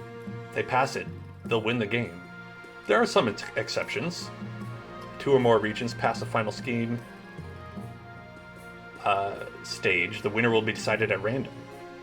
If stability, authority, or treasury hit 0,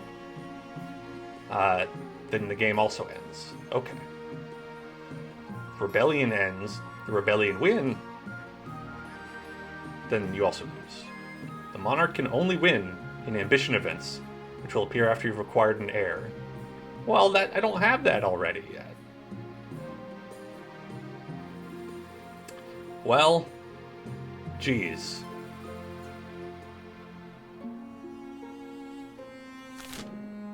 No money for you. Barons. You get a discount. And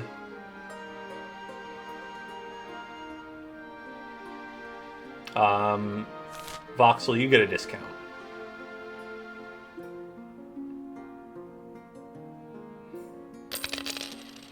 How about that? How about that?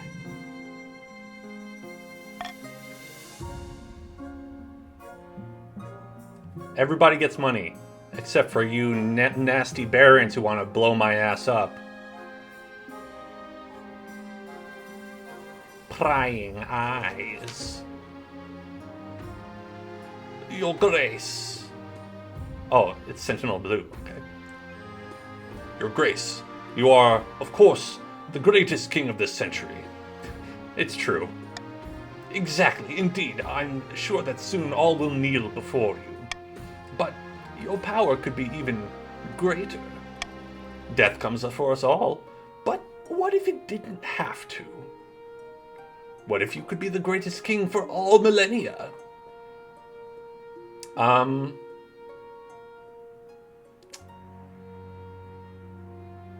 don't even know if that's possible.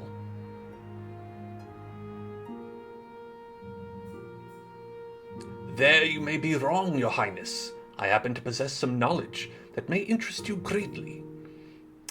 There are opportunities beyond what any of us had imagined. If you are strong enough to take them, I can arrange more meetings so that we may discuss this matter further.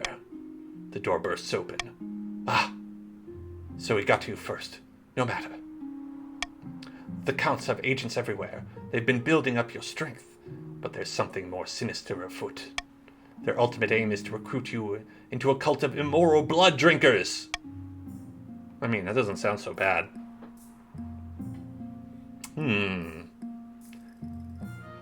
Oh, what a tale. All we want is to help the king.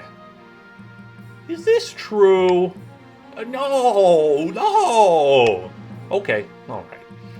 This is heresy of the highest order. The council must know. Can force the monarch to officially refuse to join the cult. Can prevent the counts from seeking private audiences with the king. Or leave them to their business.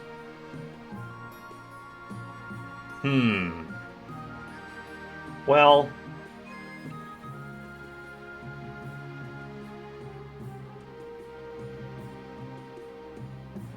what if I say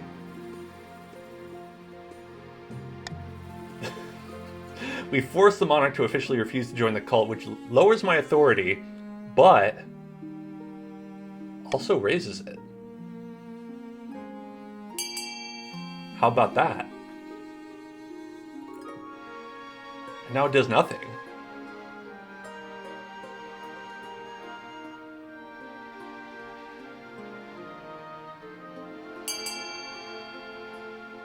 Oh my!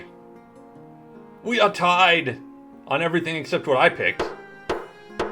Tied at 3. Alright, I get to pick. Well, I'm gonna delay their scheme.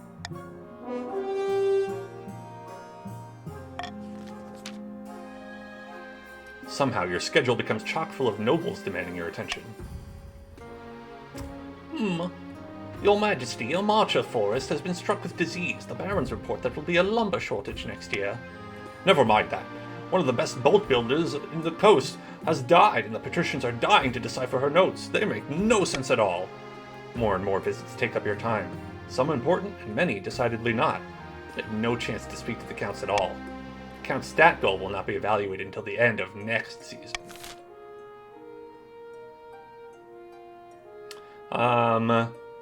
Bad press. Let's hear about this press. My liege, you must have seen this. Look at it. Look at it! It's a poster for Felix and Nikolai. Oh, this is goofy. Hold on. It's a poster for Felix and Nikolai. Latest play by playwright, the leader of the Bright Stags, a popular marcher troupe theater troupe. They've dramatized recent events in the march. The play is horribly disrespectful. They practically have me breathing fire and threatening to murder my nephew. And surely your highness isn't such a tyrant as the Bright Stags suggest. No, it's true, I am. The king should write his own play. Oh, I'd love that.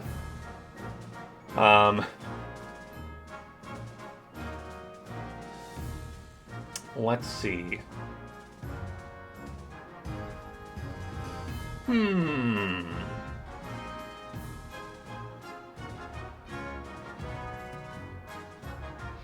How about a royal gamble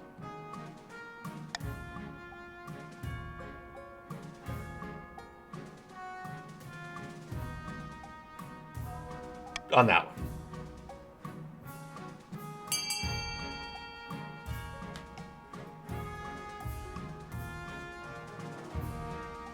I would love to write my own play. Oh boy, it would be so good. But it's only 20% chance of a success.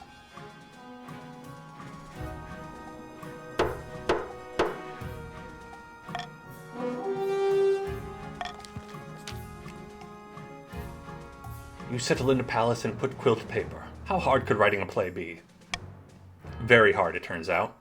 It takes weeks to get down a single page. Even that page just involves your main character sitting alone and wondering what to do next.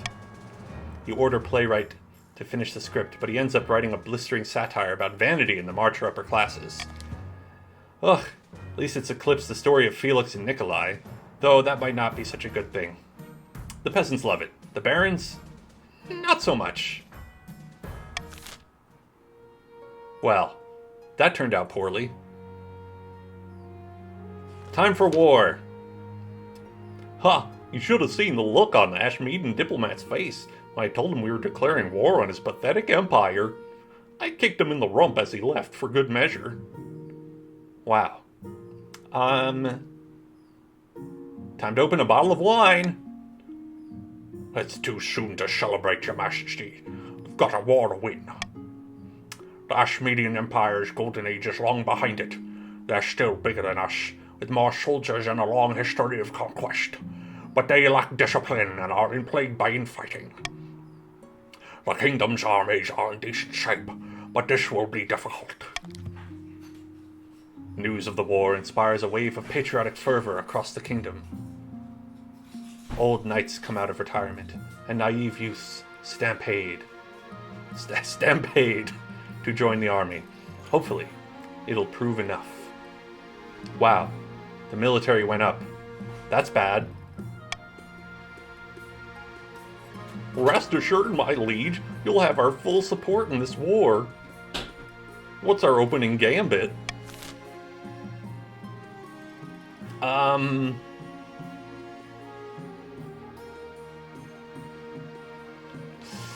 Well,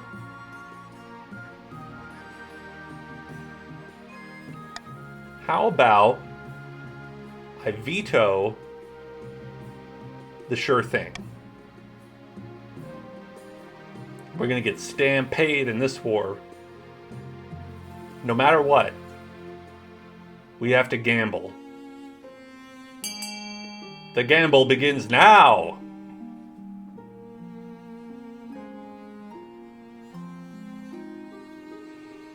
I mean, it makes sense voting for the one with the highest chance of success. But what about the other ones?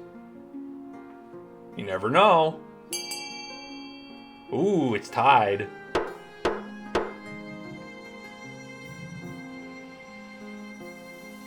I'm gonna say, let's call upon the church and declare a holy crusade.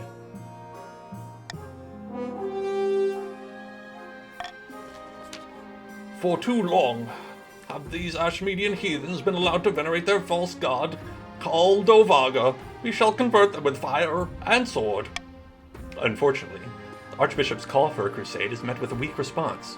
The only holy warriors who turn up to support your cause are children and lunatics. What's the difference, am I right? The regular army is forced to divert precious resources to look after them. Oh, what a shame. Military went down. Never mind, Your Majesty. Hopes and prayers can fail you, but swords and crossbows can be relied on every time. I'll start reinstalling our troops. The Empire's no easy target. We only have one chance to get this right. Nonsense. One swift kick and the whole house of cards will tumble down. Wait and see.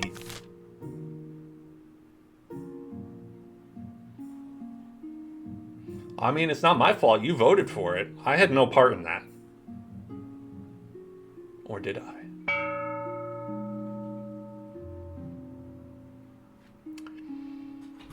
Okay, now we have...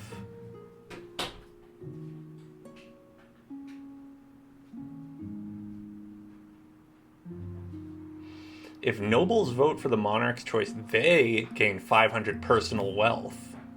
I like that. That's a good one.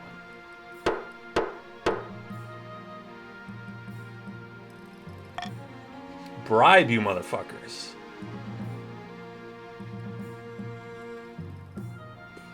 Okay. Giant spiders. Let's hear about giant spiders. Your Highness, a forest on my land has been completely overrun by giant spiders. Some are as big as horses. The trees are shrouded in webs, and travelers are going missing. We must put a stop to this. Oh boy. Well,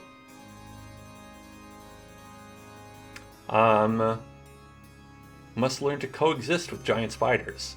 Put a bounty on giant spider legs. Burn them.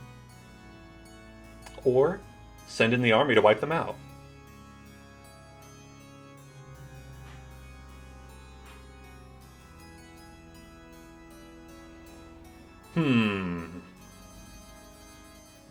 A difficult choice.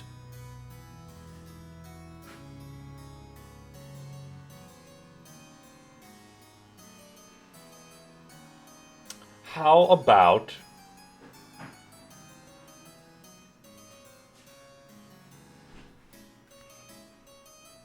I give you the choice where if you pick coexistence with the spiders, you'll get $500. If you coexist with the spiders, you can get $500. What do you think about that?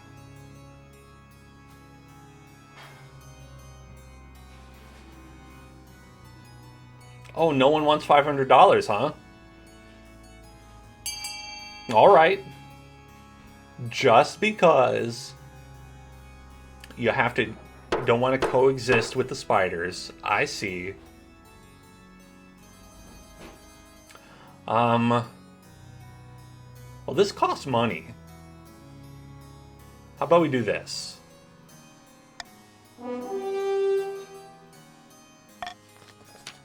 Eastern troops sweep into shrouded woods, hacking down webs and killing any eight-legged creatures they come across. But it doesn't go well. Spiders strike from the shadows, dragging soldiers off to their doom. By the time your troops return, they've taken heavy losses and the survivors are deeply traumatized. Oh, this is hopeless. Spiders are more numerous than ever, and now my peasants are too afraid to leave their villages. Your trade has gone down, your defiance has gone up, and the stability of the kingdom has lowered. You send your chancellor to Quail University. Perhaps the scholars can have some ideas for how you and the spiders can coexist peacefully. Like I'm saying. See, you could have just picked that from the start. Huh? And then you'd have $500 in your pocket. Maybe listen to me next time.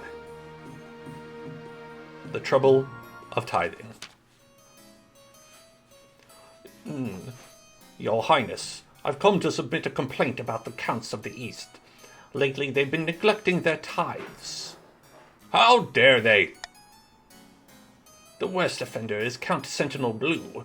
He hasn't paid his tithe in years. Sentinel Blue. I want an example to be made of him. Oh no. Order the counts to pay their tithes in full. How much money are we talking here? 1850. You could afford a tithe. Just saying, it's 300. Toss Sentinel Blue in the dungeon as an example. Exempt the counts from paying tithes. Oh. Do nothing. Well.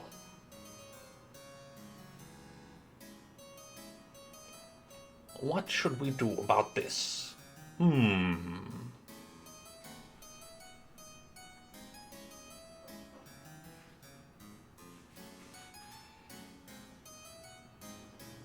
Well, I think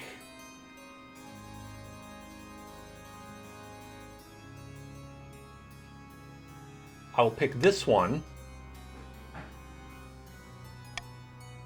and then we'll say, if you pick that, my authority will go down, but also up.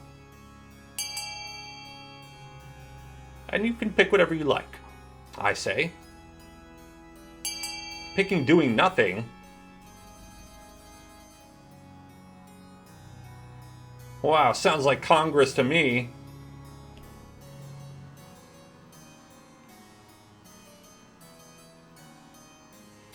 More like laissez-unfair.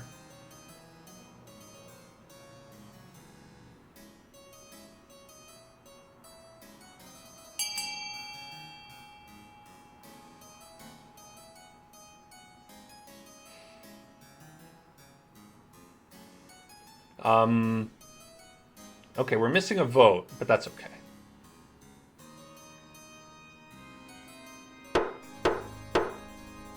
We have voted to do nothing. Folks, this is why we can't have an effective government. Council opts to do nothing to address this travesty? Very well, you'll see what happens. Oh, the East is cordial. Oh no. Throughout the kingdom, priests preach to their flocks that the king is a baby kicker and devil worshipper. The gullible peasants lap it up. Oh no. Well, that's bad.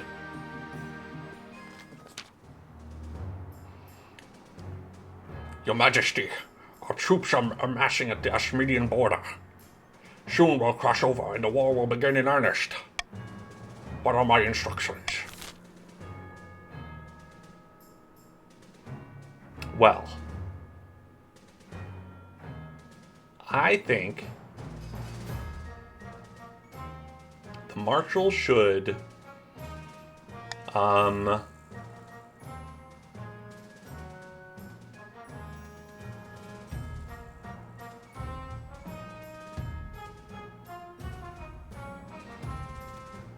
not fight with honor and respect civilian lives. That's the one thing we can't do. Okay? I will not accept respecting civilian lives or honor. Not in this office. Not in this kingdom. Anything else I'm fine with. And I'm glad you all agree with that.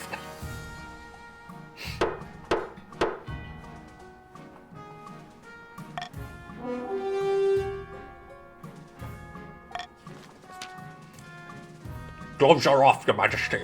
Been a while since I was knee-deep in blood. Will you be coming with me to the front lines, Your Majesty? It could get dicey. I'll lead from the rear. For safety. You're left to stew in the safety of the palace while your marshal rides out to the march to lead your troops across the border. Let's await news of the invasion's success. Ooh, a mile over the border, your troops meet an Ashmedian army twice their size. The resultant battle is gruesome, and the grass will be stained red for generations to follow. Good job. Any survivors are forced to run screaming back to the march. The Ashmedians chase them down, inflicting numerous casualties. I feel like this couldn't have gone worse. And just like that, there's an Ashmedian army preparing to cross over into the march. Well, uh-oh.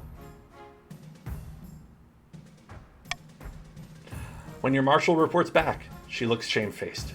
Her arm is in a sling. The Empire will stage a counter invasion. I'll do my best to gather our scattered troops under one banner.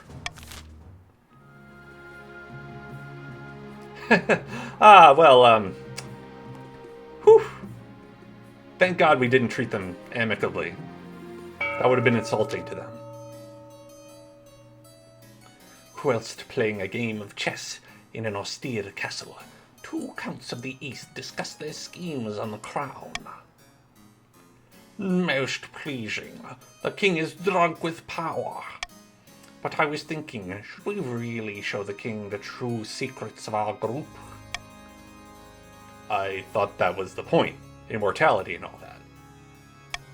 Yes, but those secrets are meant to be kept, well, secret. What if we poured the wool over his eyes? Oh no! Well, shall you plan a false immortality ritual that will kill him? Or induct him into a real secret society of immortal blood drinkers?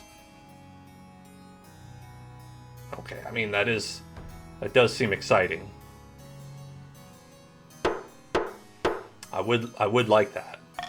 I would like to be an immortal blood drinker. I don't see that as a lose situation. Very well. We must prepare for the ritual. Yes, I'll begin appeasing the spirits of the soil, but first we must enrich our lands. By the blood of the dead, it won't be long now. For the final stage of their scheme, counts must raise their farming to level 9. Well.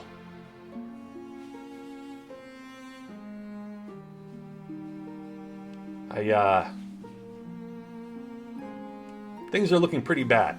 Except when it comes to Voxel. Things are going fine there.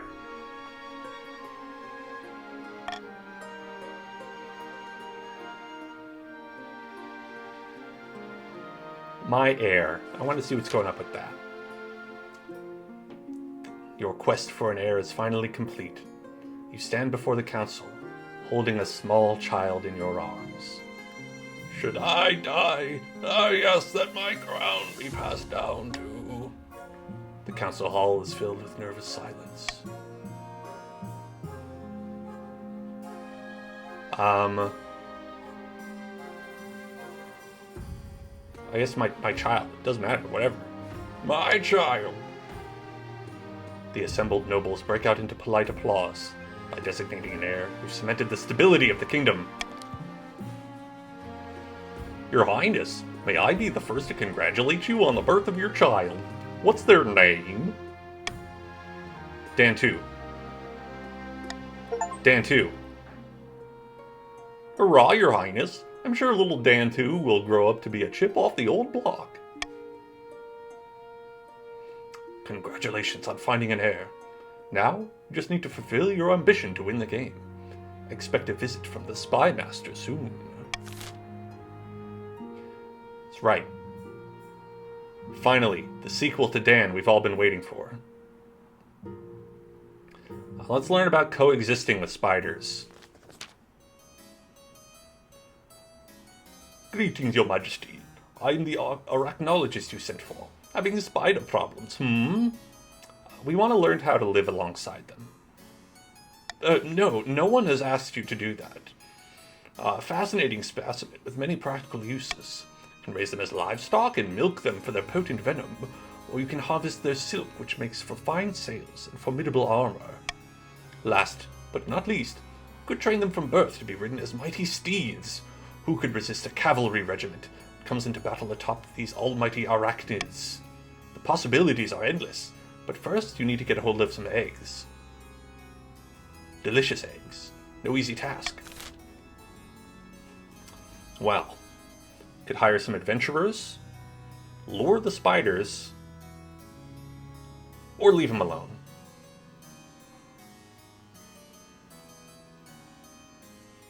I say...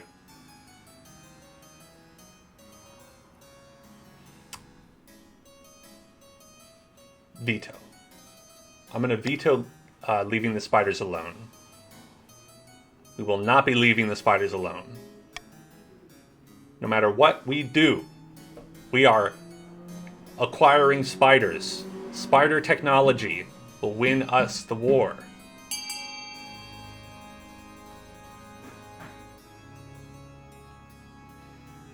Oh, hiring adventurers for the task. Typical.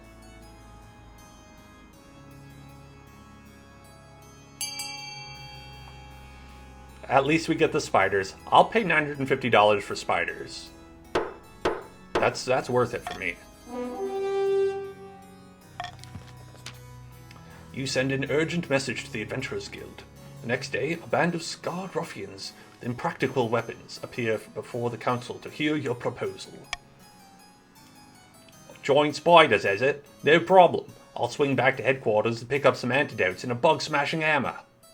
Actually, we just need you to steal their eggs. Steal their eggs? Weird, but I guess the customer's always right.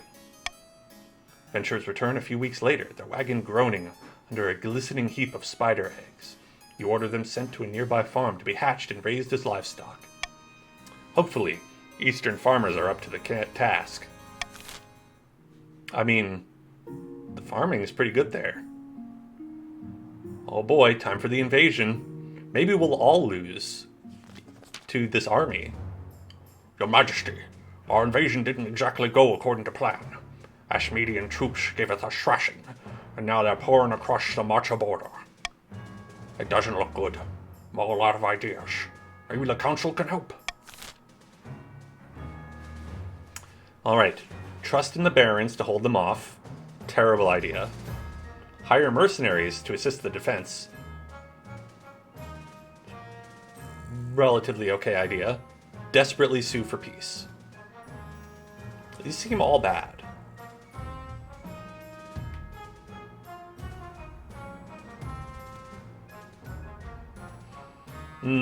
Okay.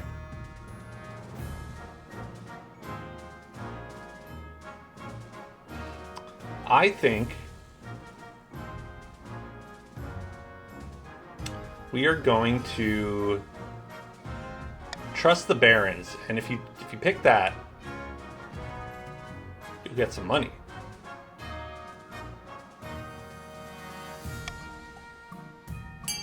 Get some money if you choose to leave it up to fate. Oh, why are you all trying to make me poor?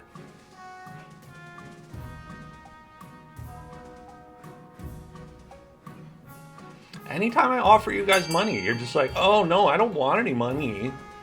Ugh, money. I don't want that.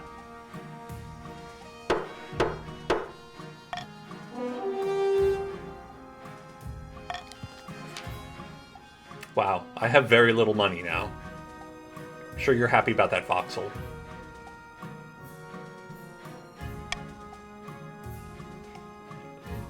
Don't believe those rumors you hear about untrustworthy, cowardly mercenaries. We're worth every penny. Let's wait anxiously for the news.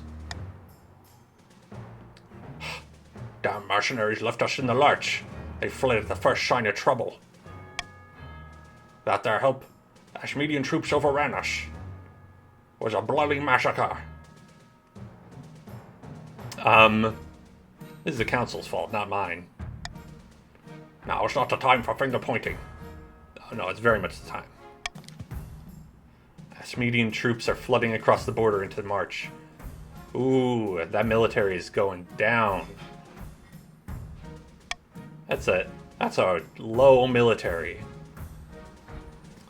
Well, this is a fine mess. It's a cluster, friend.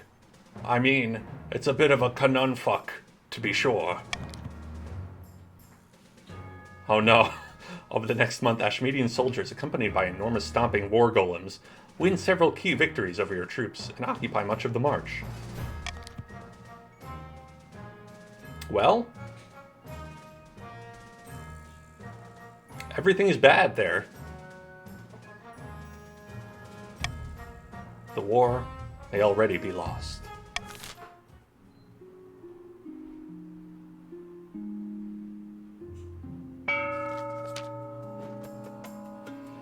In a dingy seaside tavern, two patricians of the coast meet to plot their latest scheme. The treasury is practically empty, and the king is struggling to fund his ambitions. We're perfectly placed to offer him a loan. So helpful of us. Indeed, these loan agreements will be as friendly as a bear trap. Absolutely loaded with hidden catches in the small print. Now watch me work my magic. Good evening, Lady Patrician. What exactly is the purpose of this meeting? I heard about the king's recent money troubles, and I thought we could both benefit. Sign here and here. This agreement does seem fair. Very well, I'll sign. The king will be pleased. Good night, Lady Patrician, and may the ninth bless you. Wow, money. See, easy as pie, but it's not enough to bankroll the king. The rest of the kingdom must be in debt to us as well. To advance their scream, the patricians must have the highest trade of all regions in 3 seasons. Well, that won't be hard. You only need 1. Or maybe it already counts. Well, I know one thing that could help. A grand bazaar. And you do seem poised to be able to get it. And, you know, EMF Ducey and Zombie don't. So let's see what happens. Alright, we've got nothing on the board. We've got, remember, it's the, okay, we've got all the money in the aqueduct. The aqueduct is going. The aqueduct is up. 1850 on the aqueduct. Okay, and then we've got 900 on the Grand Bazaar. 900 on the Grand Bazaar. Do I hear anything else? Because, well, you know, honestly, no one else has any money. And we've got 1700, 1800, 1900, 2000. Oh, it doesn't need to be this high, but it is continuing to go this high. Well, it's fine. Okay, continue, please. You're going to fund this bazaar. And in a bizarre fashion, I should say. Quite a bizarre fashion, indeed. I will now, as the auctioneer, I feel like it's up to me to note that the top two are the ones who were built, and that really neither of you had to bet any more than 100.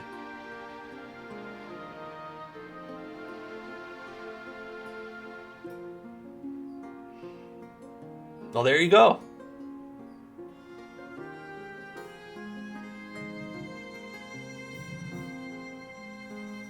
It doesn't tell you what was donated on your side. Well, you can see it up here on the stream.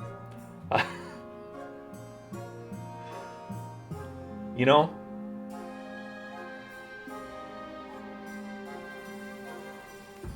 Still, it's funny that it went like that. It's pretty funny. Pretty funny that I went like that. Nobody has any money.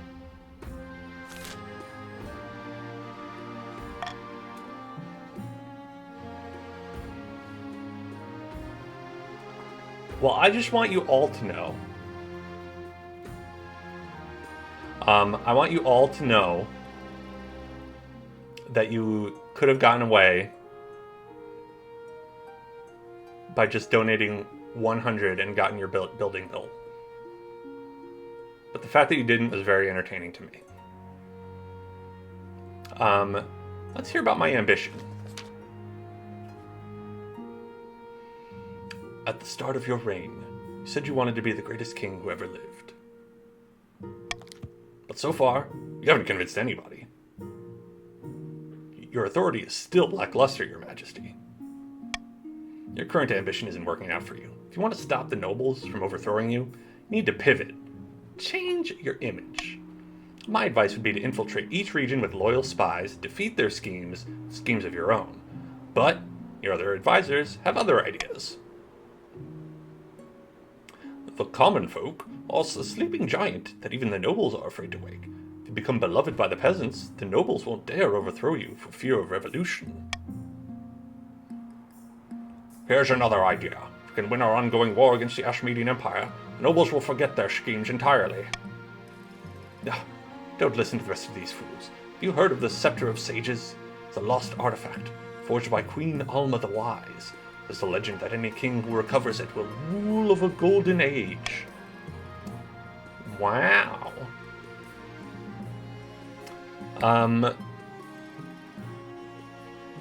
Become beloved by this comic? Good.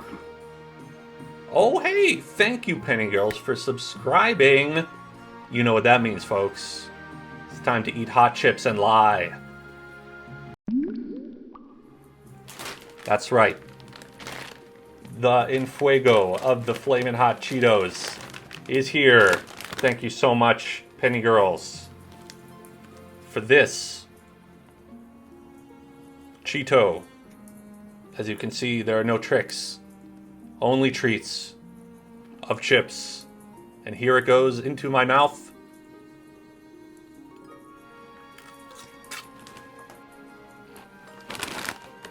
Part of it fell.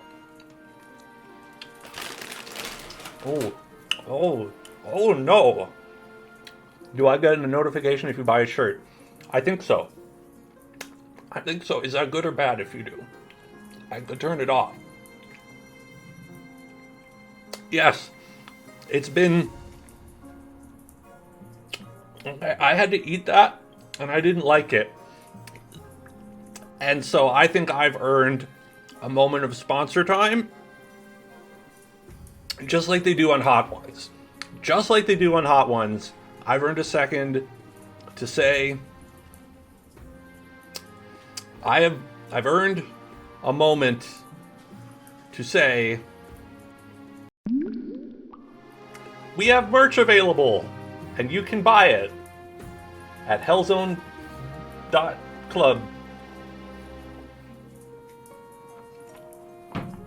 It's available on the store page, which you can find just on the regular page right here.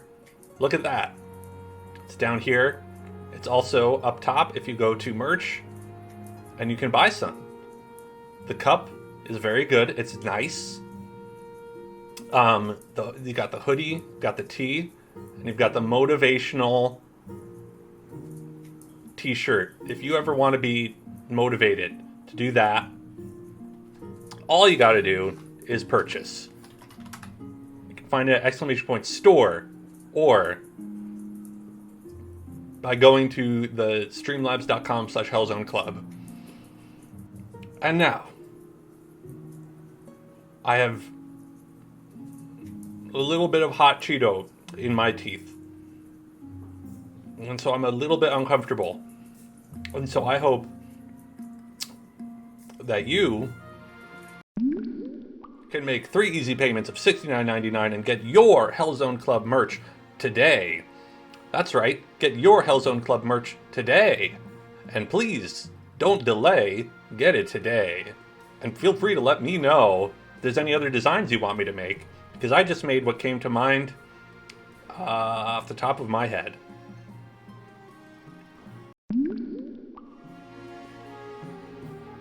So saith the king.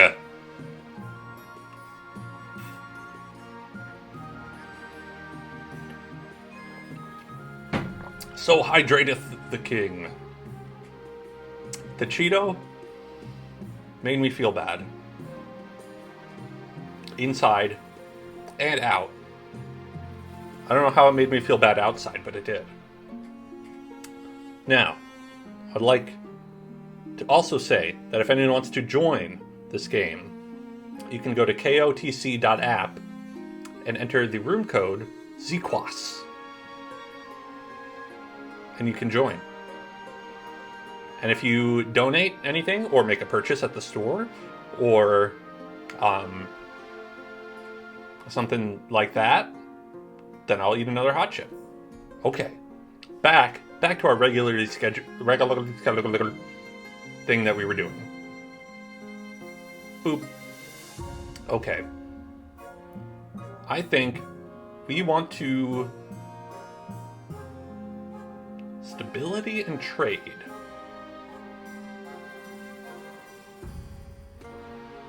Faith and trade, farming and military,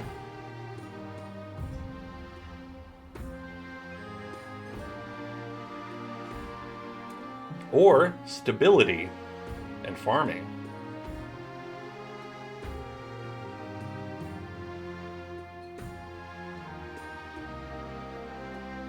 Okay, well, how about stability and trade?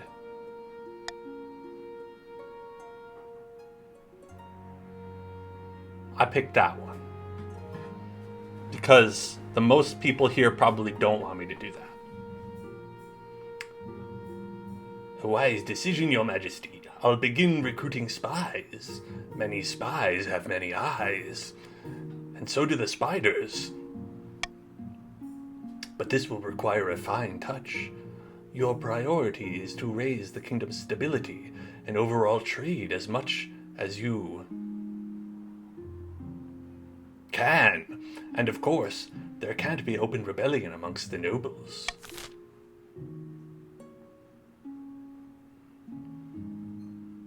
Many spies have many pies.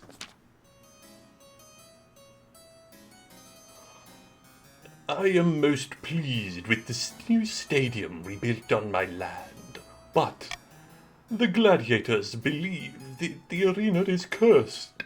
They refuse to spend more than an hour within its walls. Why do they believe that? Nobody knows. They just say it gives them a creepy feeling. What should we do? 0% have the High Inquisitor perform an exorcism. That's gonna go well. Paint puppies and clowns all over the stadium to make it less creepy. I like it. Order the gladiators to stop complaining. Raise the stadium to the ground. Gotta raise the roof. Okay. Well, I pick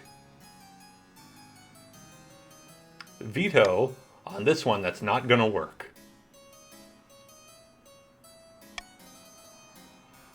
And I secretly have one that I'm hoping for. I wonder if you'll know which one it is. Because I'm thinking about painting puppies and clowns all over the stadium. I think that would be really nice, and I would love that. So if you could make that happen for me, chat, that'd be pretty cool of you. Wow. Raising the stadium to the ground. You prefer more than puppies and clowns. Okay. Actually, I'm thinking about it. And it does say puppies and clowns, not puppies and cats. The clowns snuck in there, I feel like. And we're making it less creepy by painting clowns. I think we've made a mistake there. But you know what?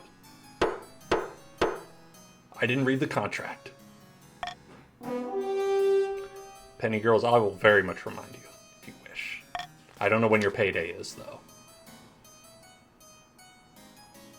There's nothing less scary than puppies and clowns. Those honking, squeaking bringers of joy. Soon enough, the stadium is covered in colorful images of giant playful puppies and enormous laughing clowns. The effect is more troubling than you'd hoped. By Xenia's ashes, your grace. This haven't solved anything. The gladiators are still avoiding my stadium like the plague. We'll shut it down until this is sorted out. Military went down. Oopsies. I guess the puppy didn't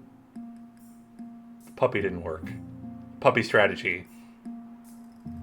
A hopeless war. Your Majesty, the Empire's occupied over half the march and is still advancing on the capital. Our troops are in disarray.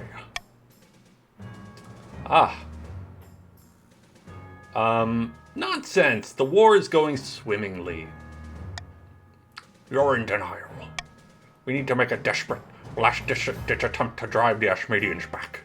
And if we fail, our goose is cooked. Well, we can't assassinate the Emperor.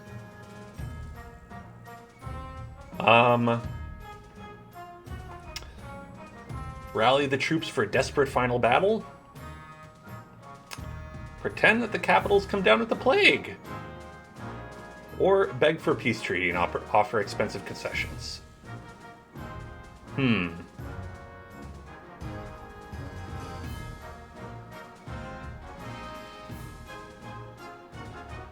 Well,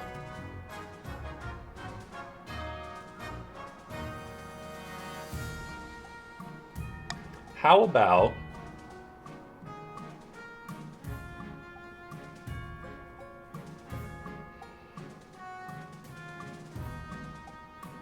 we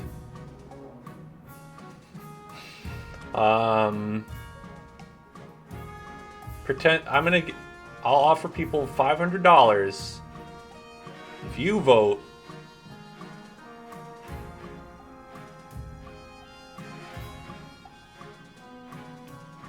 never mind. I don't think I want to offer $500 for any of these. None of these actually makes me happy. How about if you want to beg for peace, you're going to have to kneel to my authority. How about that?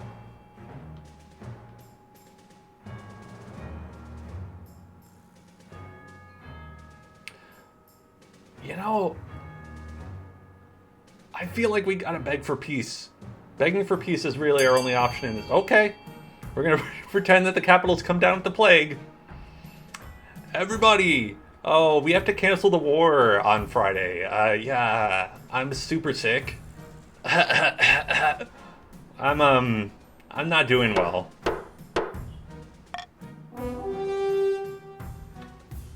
A great option. To make this work, we'd need a lot of dead pigs to dress up as plague victims.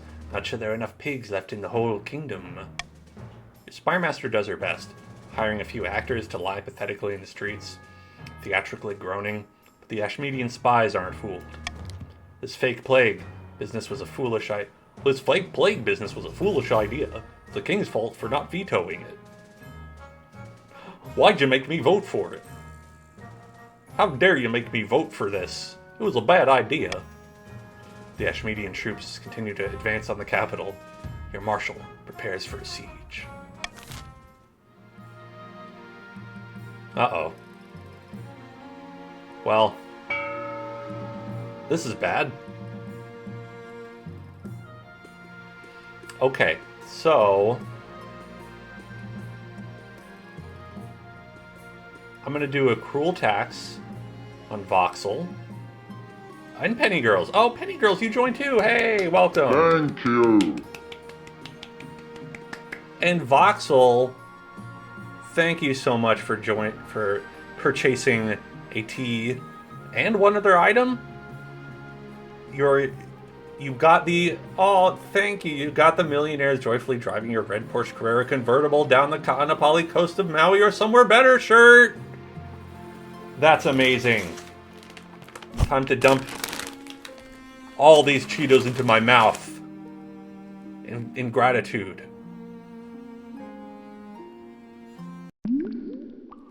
Ah!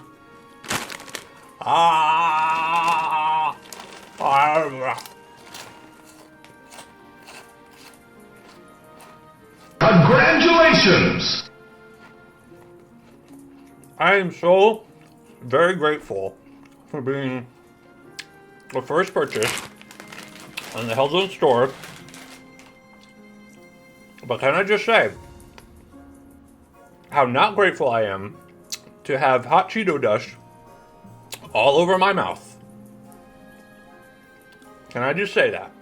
How having hot Cheeto dust over my mouth is a new level in feeling terrible that I was not prepared for.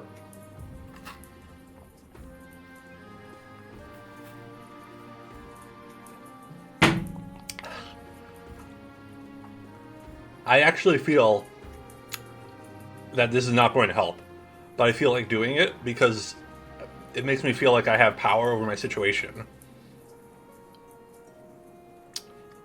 On-screen celebration, what is that? You've redeemed on-screen celebration. What do I do?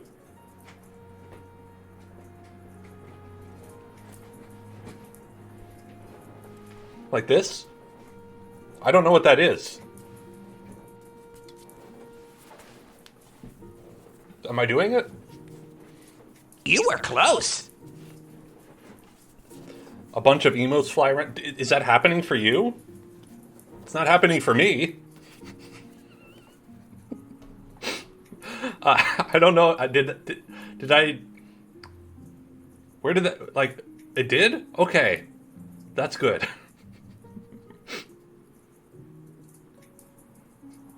Well, I'm glad I could add to it with my own personal on-screen celebration. I don't know what that is. That's a Twitch feature I'm not aware of, but I appreciated it.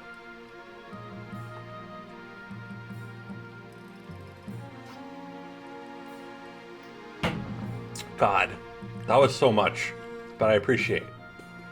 Would like to.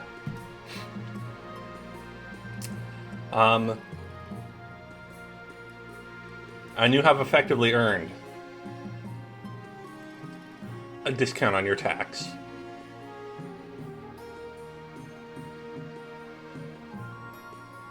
Yeah, we'll just do normal. Normal for everybody.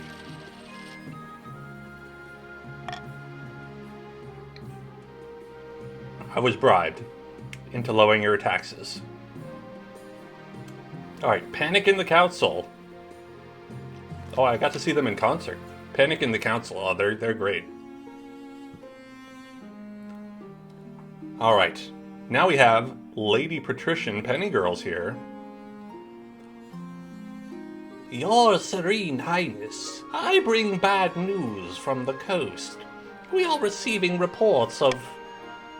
Oh, I'm sure your news can wait. I bring urgent tidings from the march that demand the king's attention at once. Wait your turn, you ignorant dolt. Why don't you settle your quarrel outside? Meanwhile, I have news from the east that really is urgent. Hashmo, hello. How do you join? So right at the top, if you go to kotc.app and enter the rune code, you'll kind of join it just like Jackbox. If you've ever done Jackbox streams on other streams or just with your friends, etc.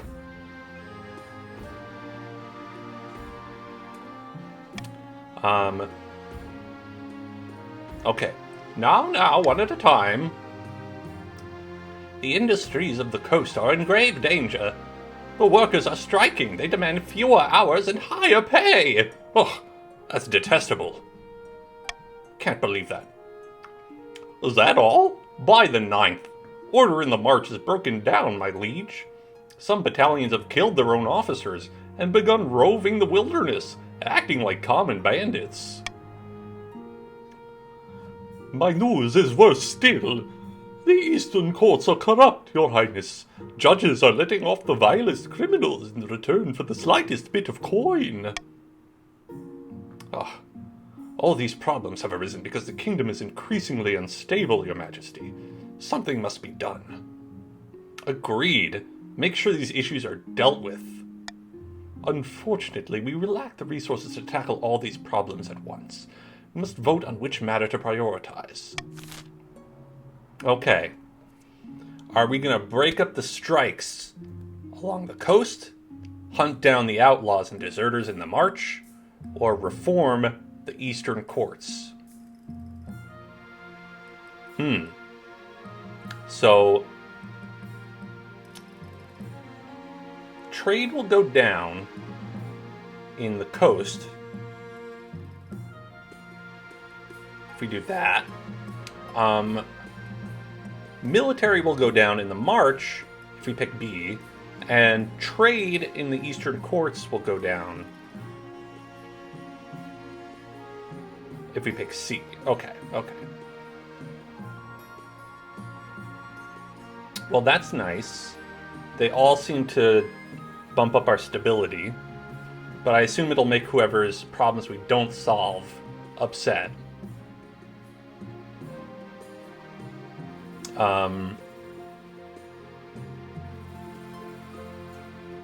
Well,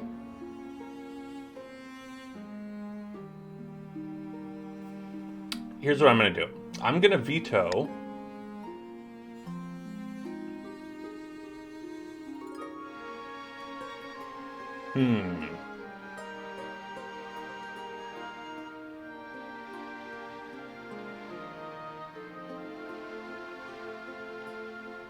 I will veto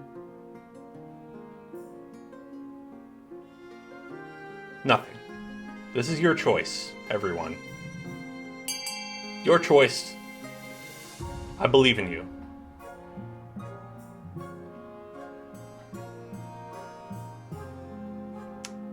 You know, I don't want to be putting my thumb on the scale on such a delicate issue. Oh.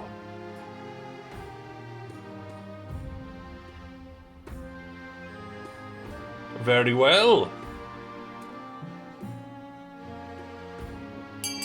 It doth seemen like we have a winner. Ha! Semen.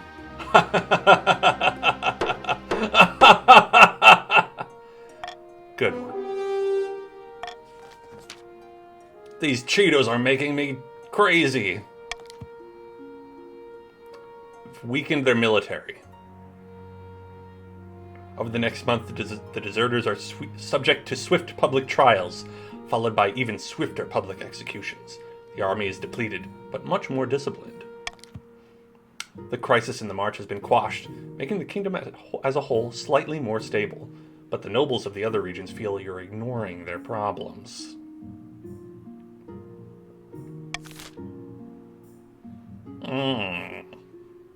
Ignoring their problems. Yeah, you guys are gonna need to change your strategy here. I don't know about your army, how that's working. Enemy at the gates. Well, now that your army's bad, the invasion is here. The Empire's annexed almost the entirety of the marsh. Only small pockets of resistance remain. And now they're coming for us. An army is marching on the capital. Your military is now pathetic. The stability is unstable, and my authority is ineffective. Great God, we're doomed! Doomed! The Ashmedian ambassador has offered to sign a truce. Leave us alone if we hand over King Dan to the Empire. Oh, no, don't do that! There's a long silence. You suddenly feel all eyes on you. Uh-oh. What should we pick? Welcome! You are here. Ashmo. The Countess Ashmo of the East. So basically what you do is you just kind of vote in the situations as they come up. You are a member of the purple guys. And so you want the numbers that are purple to go up, and you want the other numbers that are other colors to go down. Or you could just vote for what you want. Currently we're voting to hand me over, the king, to an enemy army. And I'm going, actually, to veto that. I'm going to say that we don't pick that one. Shall we prepare for a siege or desperately sue for peace? We have a 0% chance to win the siege. Thank you. Thank you for realizing. Oh, there's just nothing we could do. We have to sue for peace and not turn me over. Thank you. So glad you didn't vote for that out of your own volition. The Ashmedian ambassador arrives at your palace the next day in a stagecoach pulled by jet black ponies. Unless you want to grovel for your life and offer unconditional surrender, I'm not interested. I offer you my full and unconditional surrender. I'm sorry. Unconditional, you say?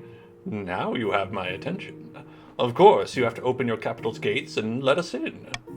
So our soldiers have marched a long way. They'll want a nice city to plunder to make it worth their while.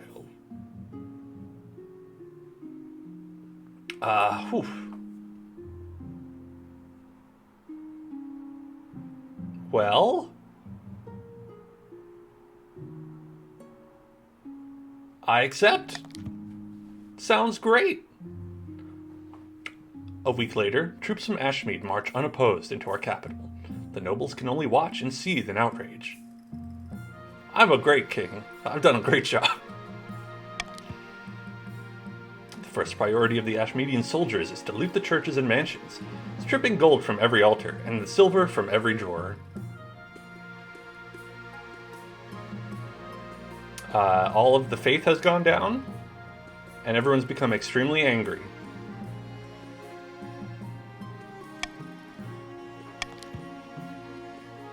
When they arrive at your palace, they take everything from your vault.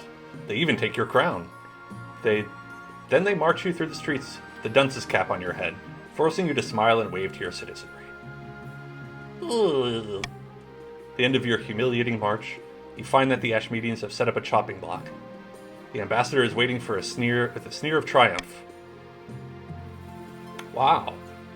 Consider yourself lucky. Our empire is already too large to govern. Otherwise, we'd turn your kingdom into one of our many useless backwaters. Now kneel.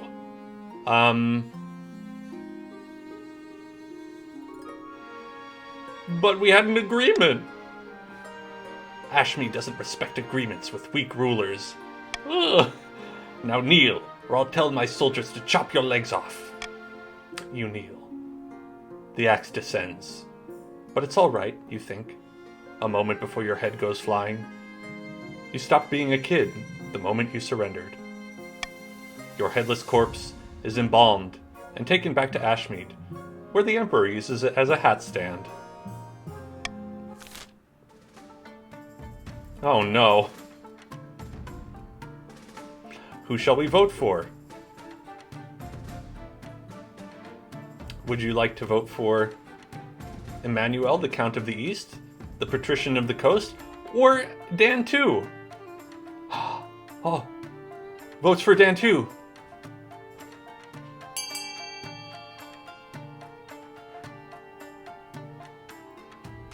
Hooray! Dan 2.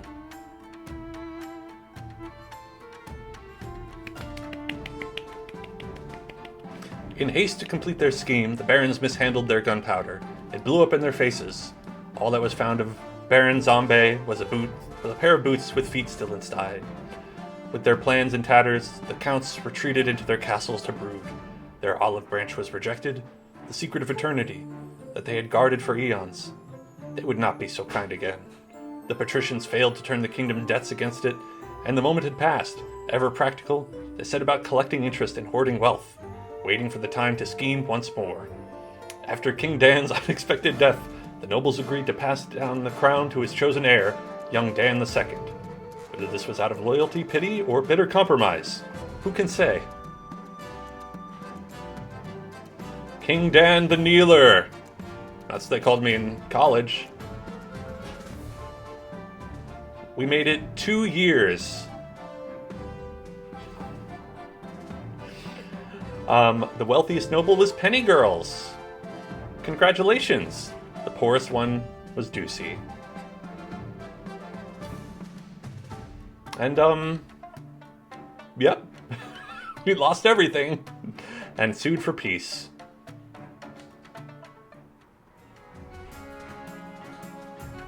Well, folks, we did it. And by did it, I mean failed.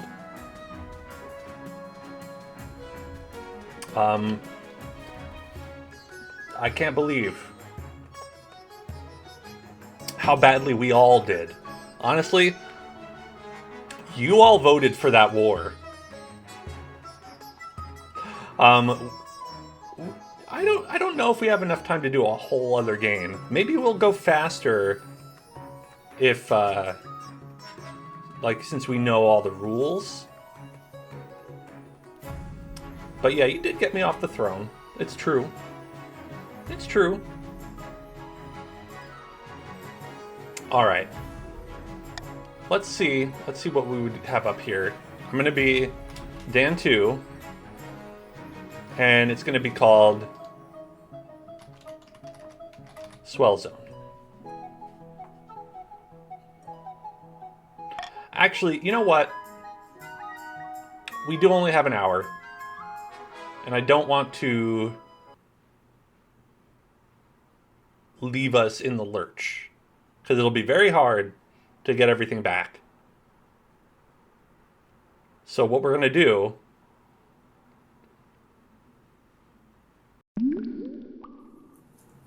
is point at this again. I'm going to point at this again and say, store. There's a store. Did you know there's a store?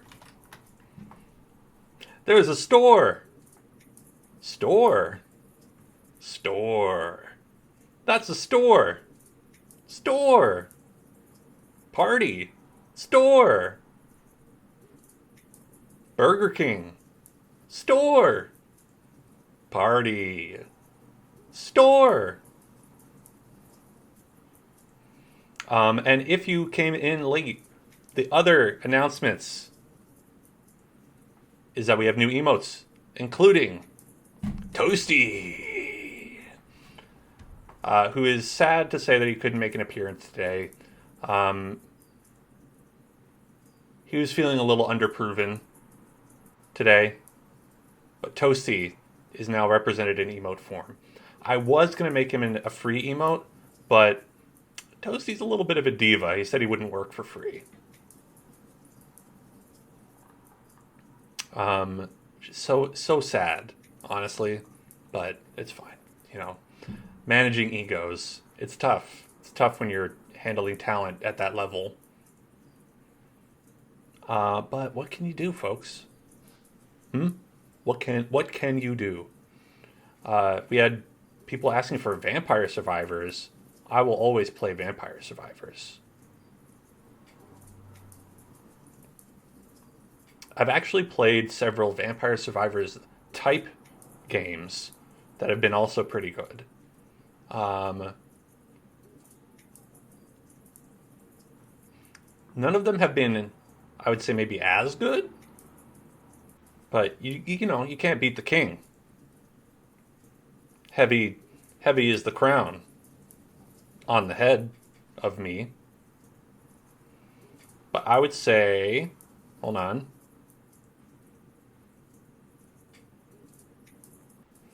I would say some of the ones that I played that have been good is Halls of Torment. This one came out pretty good. Pretty good one. It's like very Diablo-like. Deep Rock Galactic Survivor is fun. And that one is based on the multiplayer game with dwarves, Deep Rock Galactic. Hollow Cure, we played that on the stream one time. That's a free game based on HoloLive, which I don't know anything about, but I guess that adds to it if you like VTubers. Death Must Die, pretty fun one. That's still in early access, so it still hasn't come out yet fully, but it's pretty fun. It's pretty good. I like it. And of course, Vampire Survivors. The number one. Okay, I'm going to take this part down. And then we're going to go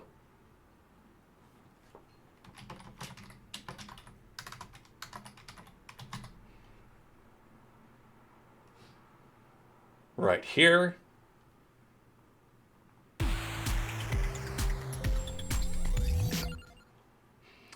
I like how my crown is not even like remotely like close to being the right size for my head. I like that. So we have lots and lots of powerful power-ups. Let's get some curse. I can't afford anymore.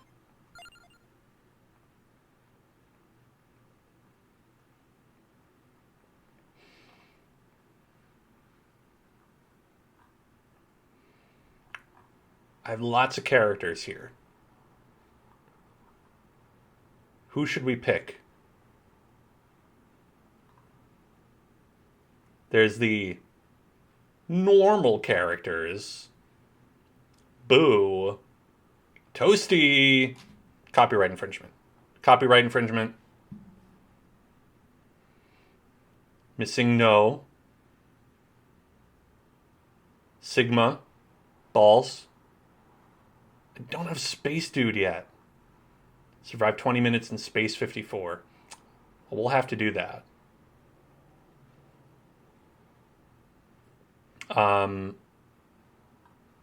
Meiruto.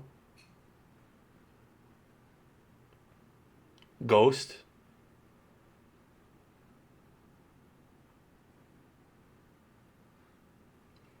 Can't be damaged or deal damage, but disappears after reaching the current time limit. That seems like a bad one to use. The Impostor. Horse. I think horse. Horse is my choice.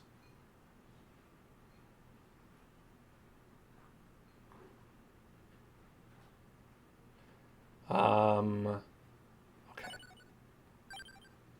Where shall we go?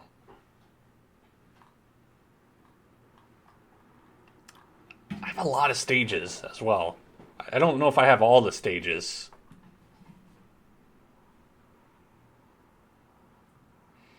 Neo Galuga. Oh, this one's Contra?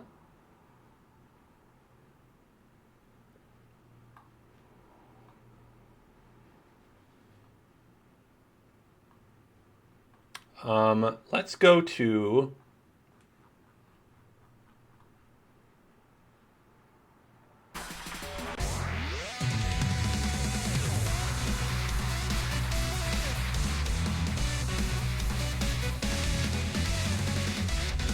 Okay.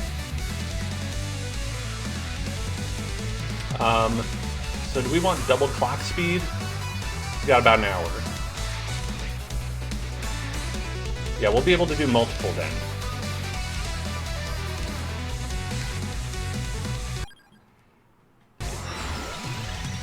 All right.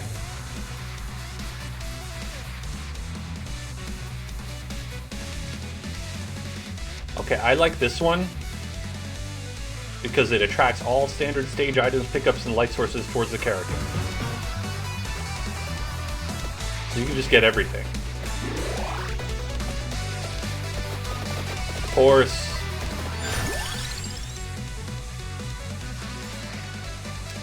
Okay, let's get that one. We'll report them. And then... lightning ring.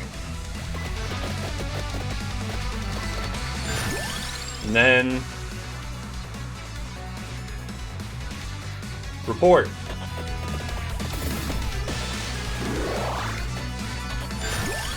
And then...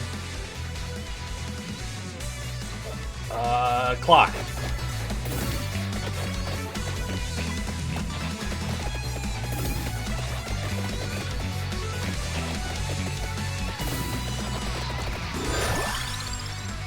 Oh, hats?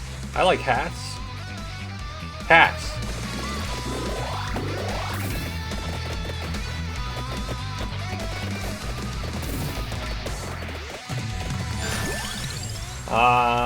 Lightning.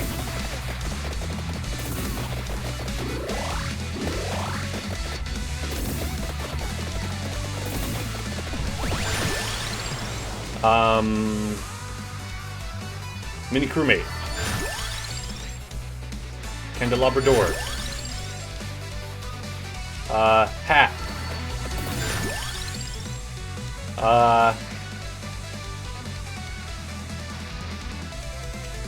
Candelabra.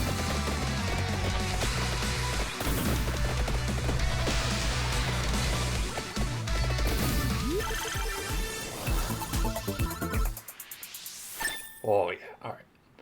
So I realize if you don't know what Vampire Survivors is, good luck. That's, I don't know. I don't know what else I can offer.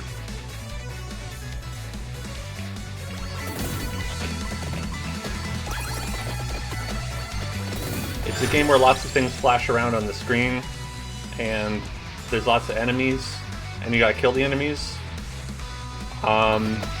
And then you get stuff and you level up and it makes you better at the stuff.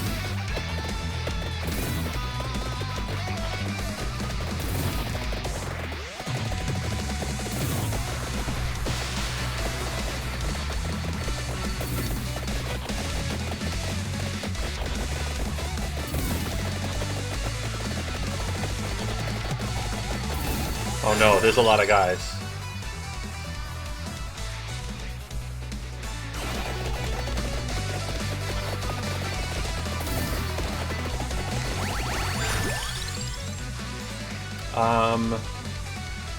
Hat.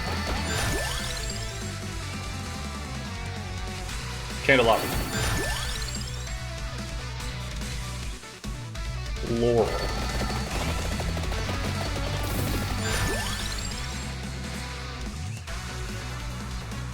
Like,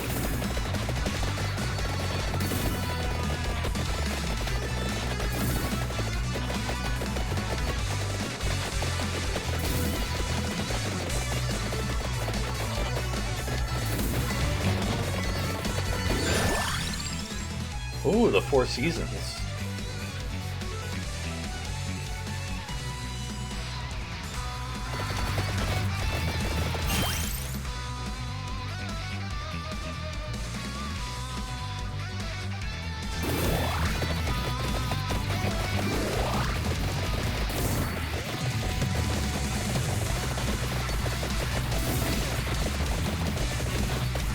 So I think these are probably guys from Contra. But I don't really know the guys from Contra.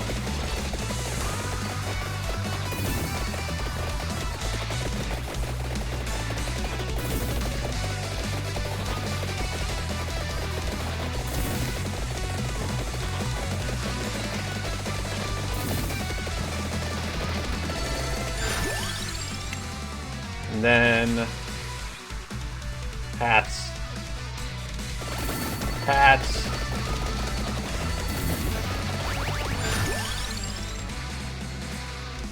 And area. Spinach.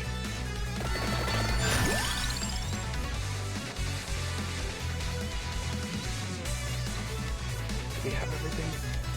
I don't remember. Crown.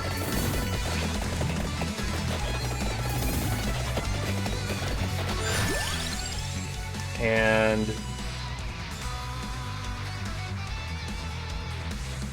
crewmate.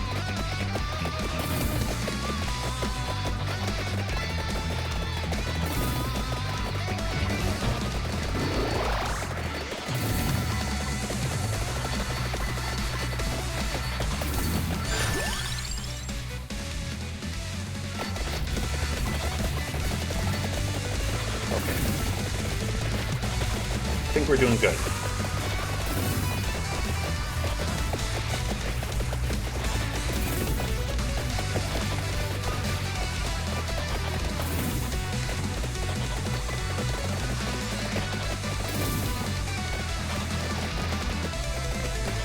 Oh no, big tank guys. How do you think the Amogus would do versus the military? Probably pretty good.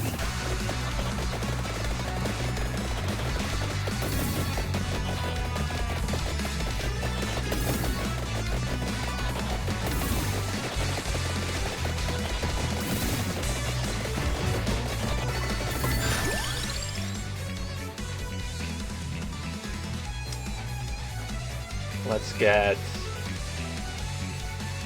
What do we need for forces? I don't know.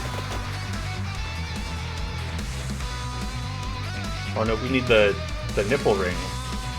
The nose ring. The nipple nose ring for that one.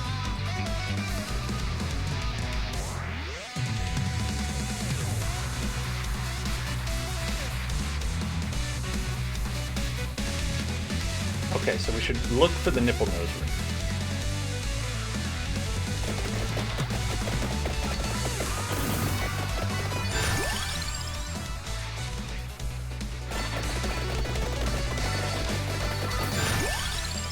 No nipple nose ring.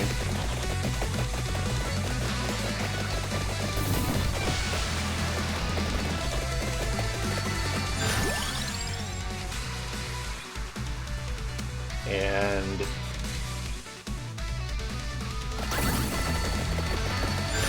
bigger projectiles. More, bigger.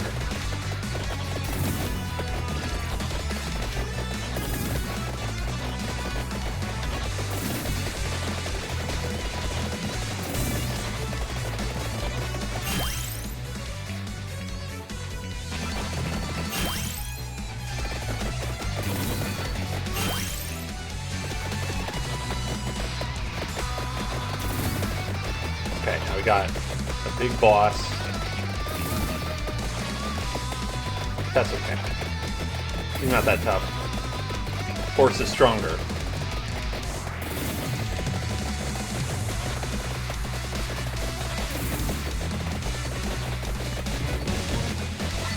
Oh no. What is that?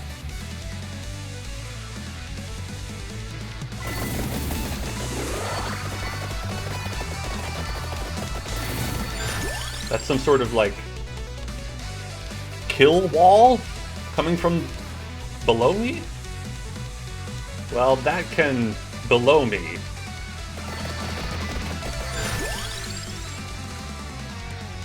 That's what I say to that kill wall.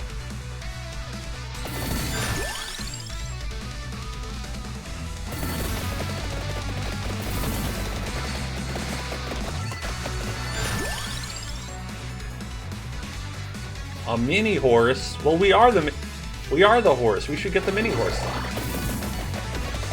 I'm just gonna grab all this stuff.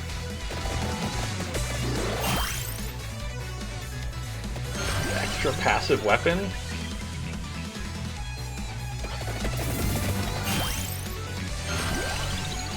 Okay,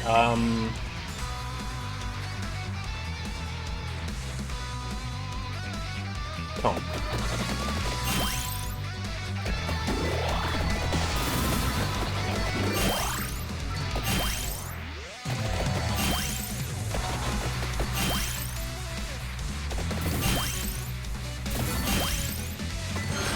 Got a lot of extra weapons here.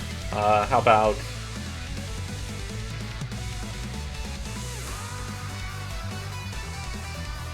maybe...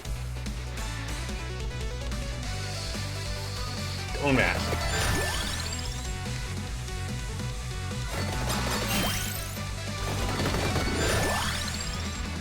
And then...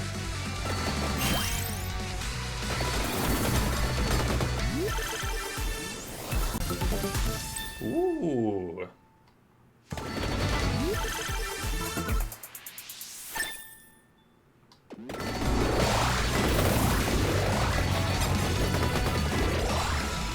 Okay, which one do we want here? Counterpart, slash.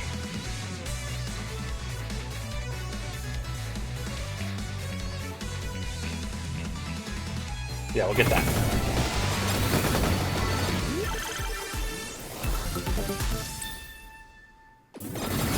Bonus chest.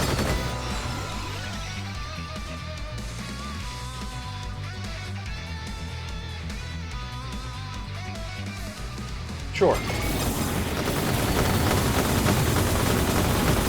Oh god, what have I done? I picked up everything.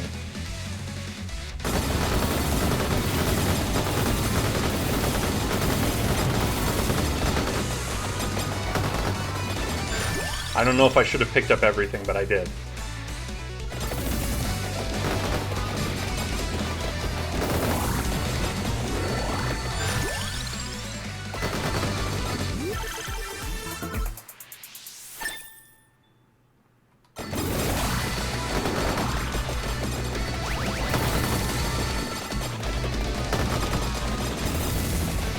I'm pretty sure these 4 guys are like instant kill guys if they hit you.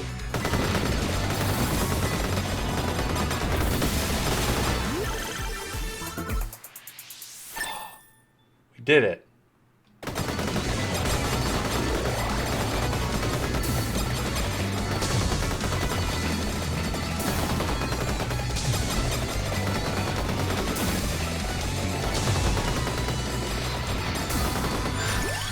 All right. Homing miss.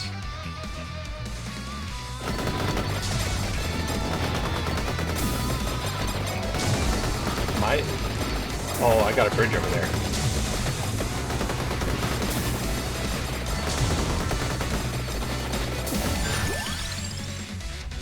Now that we're so strong and powerful and beautiful,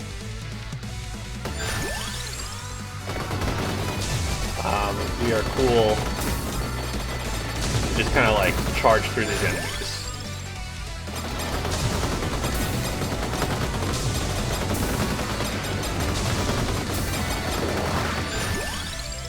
The Prism Lass. Hello there, Prism Lass. What a lovely Prism Lass you are.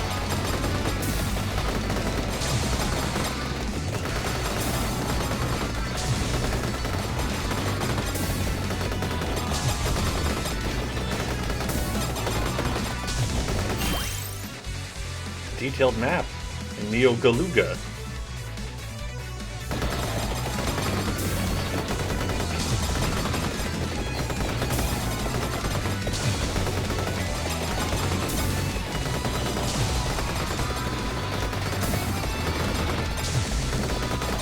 I want to go towards whatever this is over here in the right, like a little arrow.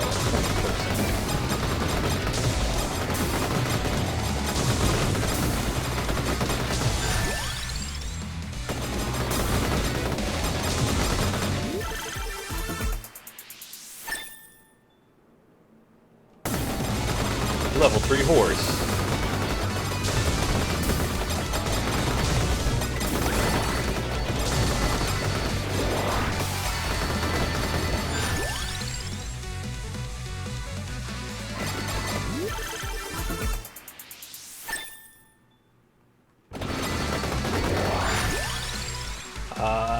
That.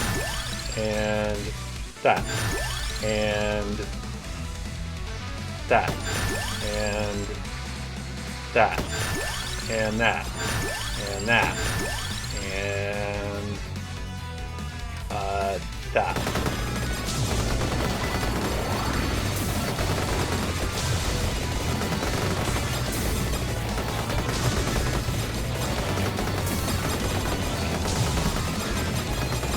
You know, you have to make sharp split-second decisions when you're vampire surviving.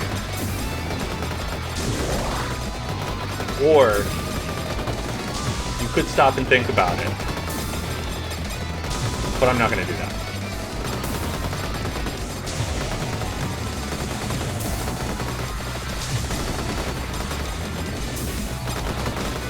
Oh, how do we get up there? Hold on. Down.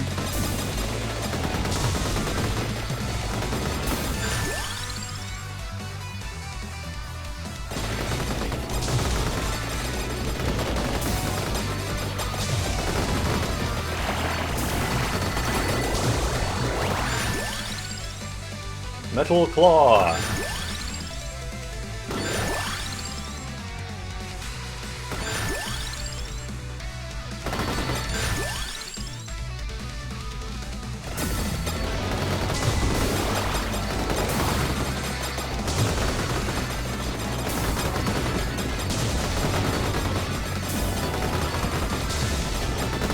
It's exactly just like what the experience is of playing Contra.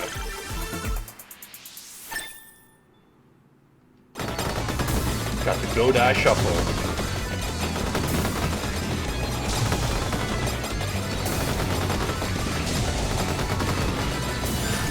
See, wait, where is it?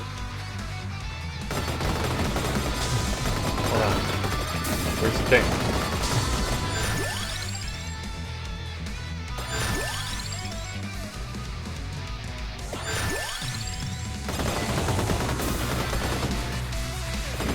Bottom left.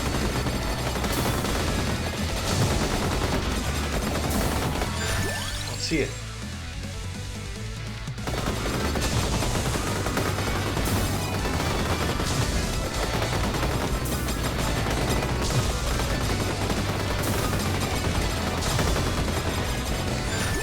What am I looking for? I mean, it's not like there's lots of things around here making it hard to see.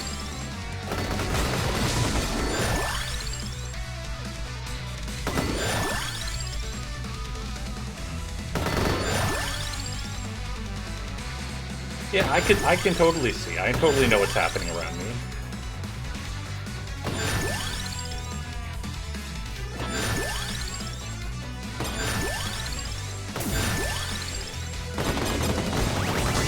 Oh, look at that big robot. That guy's cool.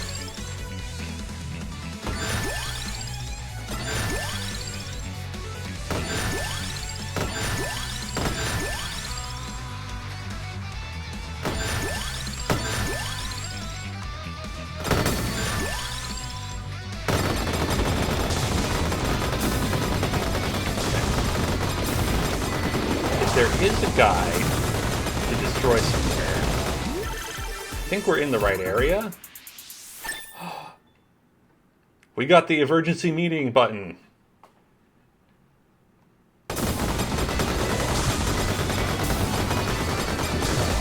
Just like the Among Us game.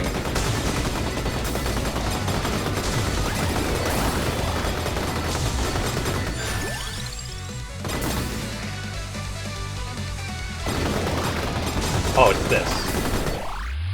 Found it. Thank you, horse, but the vampire is in another coffin. Who did we get? Bill Reiser. American hero, Bill Reiser.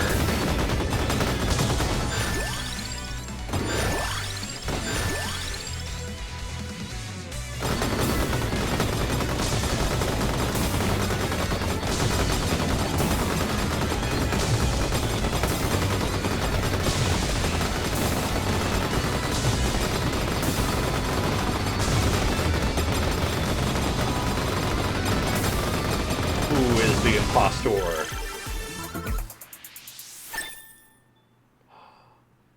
Time warp.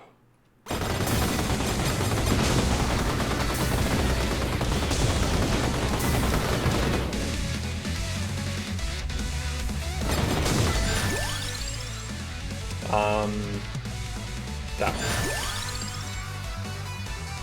That one. That one. That one.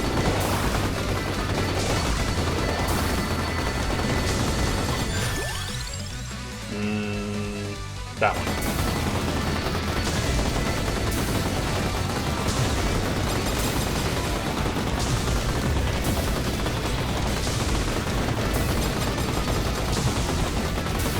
Whoa. Just noticed this big blue circle around me. What is that coming from? I don't know.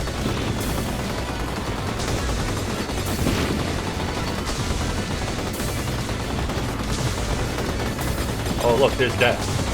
Bye. Bye, Death.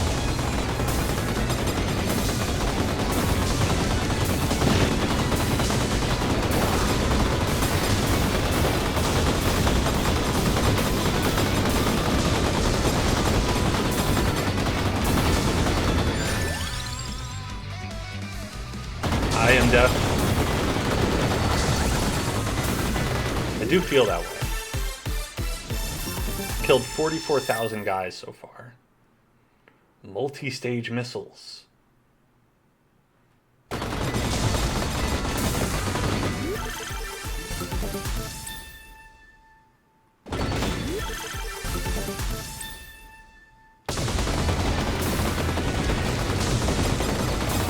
How do you lose at this point? At the end, when death comes for you.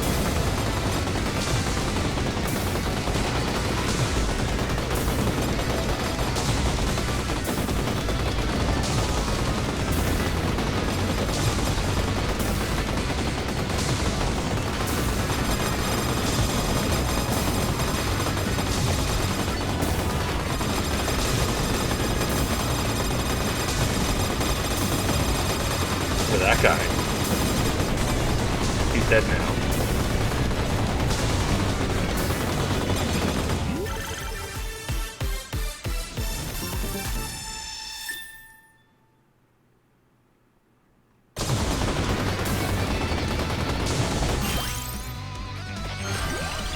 Ooh, any unlocked base weapon.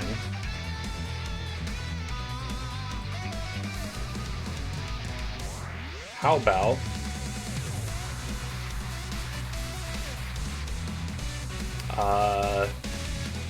life sign scan.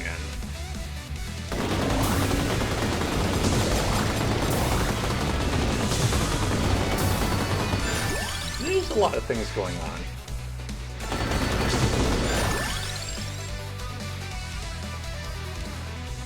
How are you, Senor? Hope you're doing well.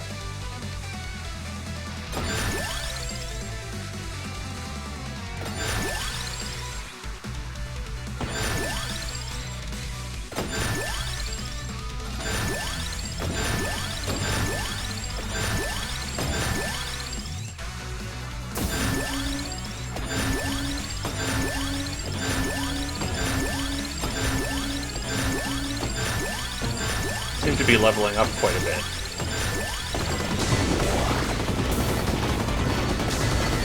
Seem to have leveled up a fair amount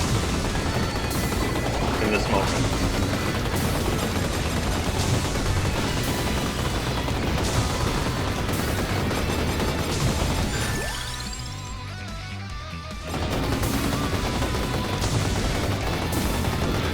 Yes, I remember that.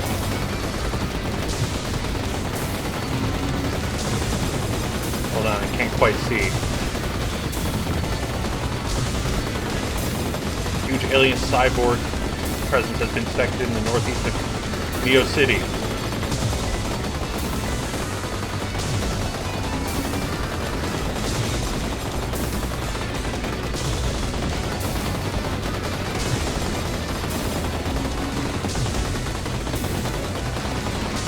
We gotta get him.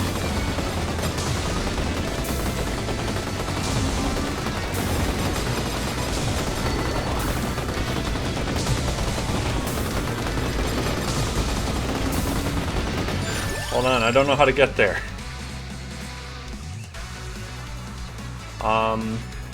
Random. Inside building.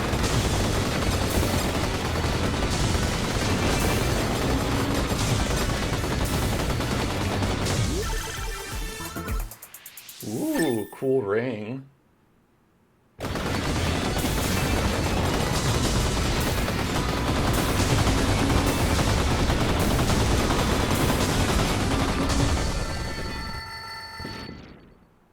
Hello?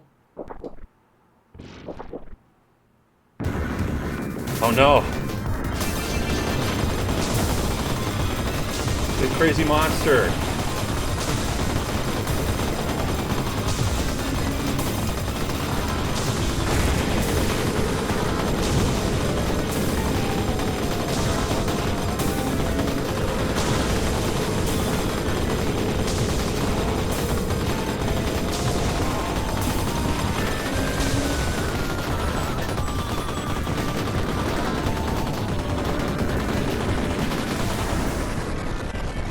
I got him.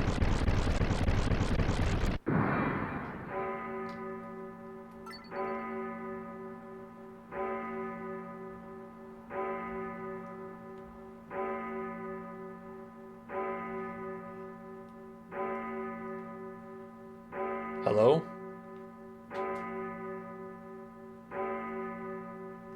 Are you okay, sir? Can I help you?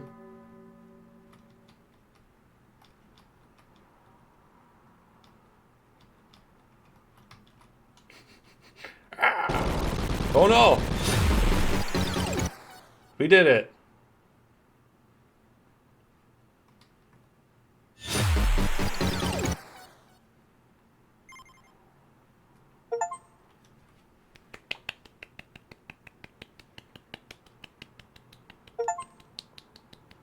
We beat the level.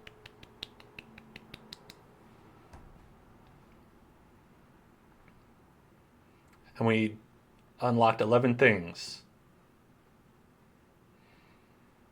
What did the most for us there? Hold on. Hide that. The Go Die Shuffle. And it wasn't even close.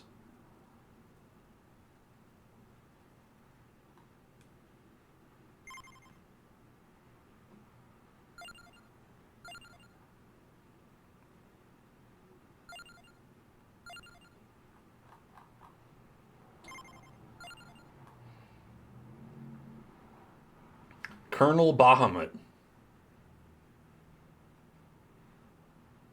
Probotector.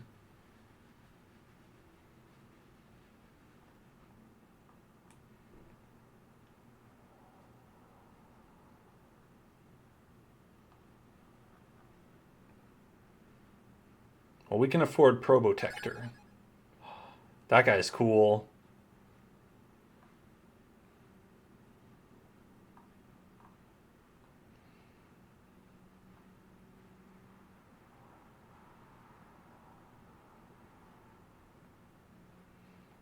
Who should we play as? Chalanda.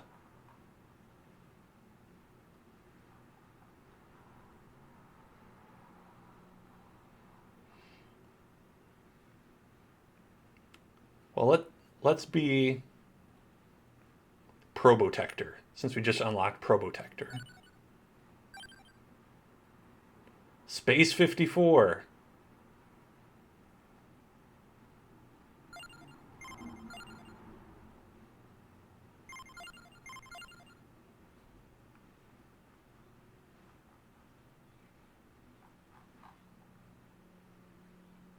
Okay.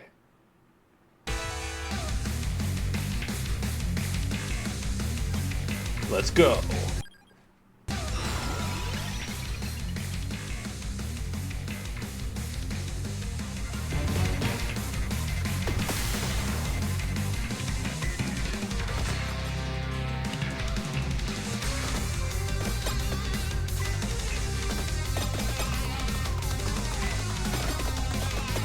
Oh god, they're attacking me. I wish they wouldn't do that.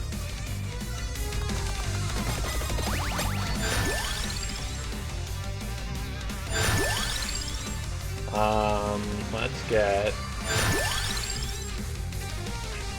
Glass Fandango.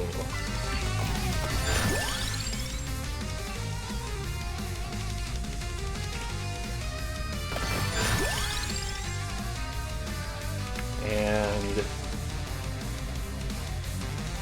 Glass Fandango.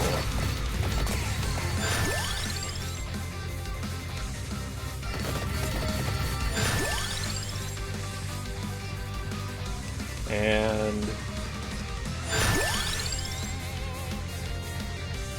Empty Tome. That's always a good one.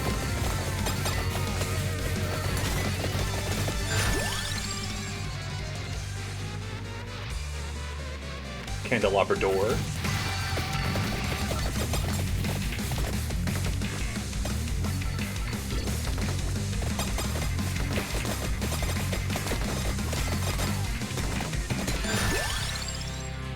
And then spinach. Gotta get spinach. It's healthy for you.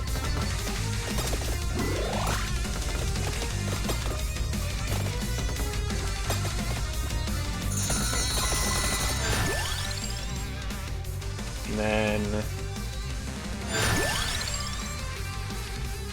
coins.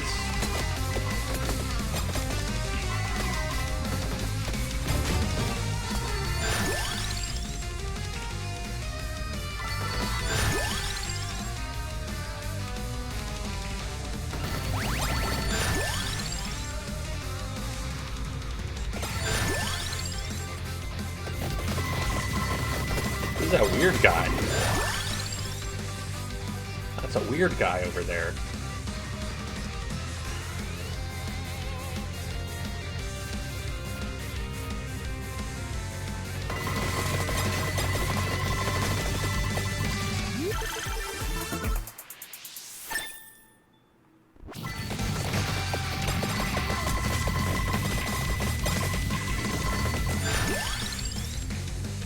Flames of Misspell.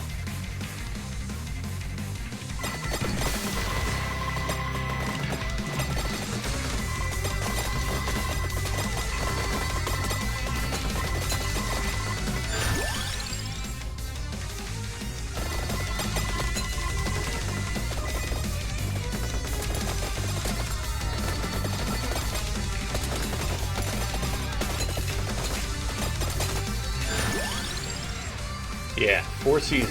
That one did really well last time. So it's got to do well this time.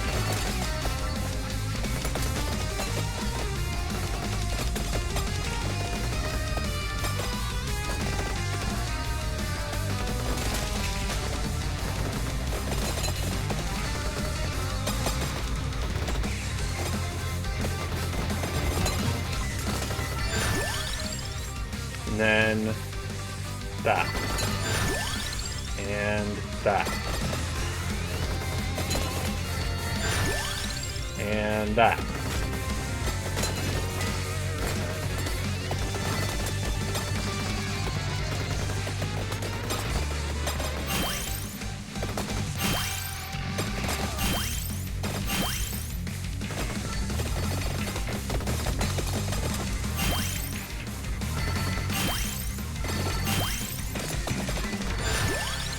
then that.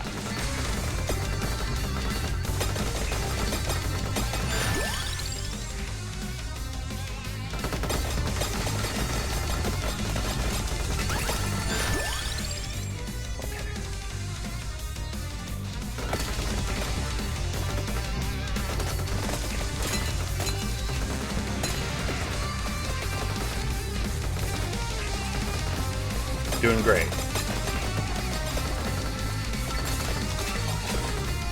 Cubes.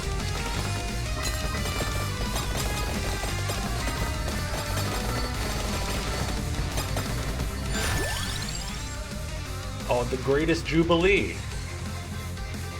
I mean, if it's really that great, we should get it.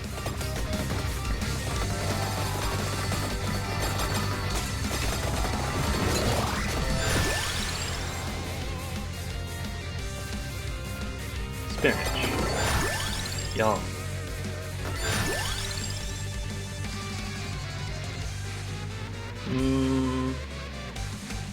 Yeah, we could get lightning ring. Why not?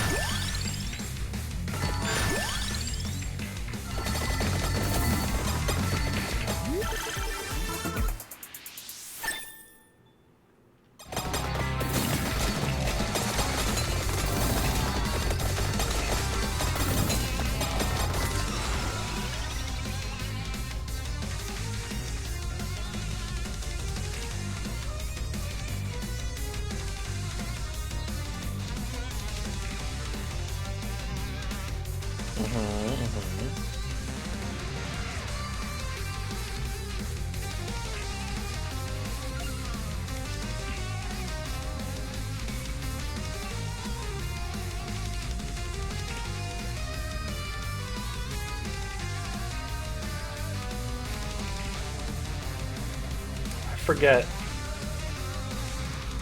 what any of this stuff does. Let's get that.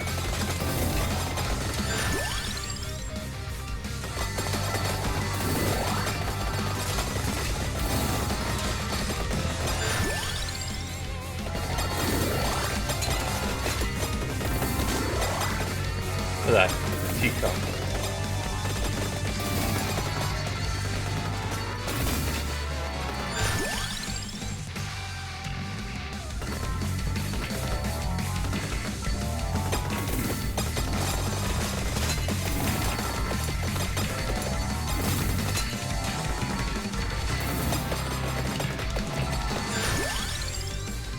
Get the clock.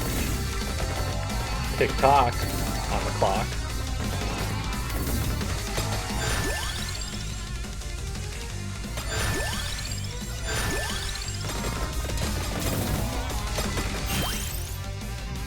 Phase 3-er.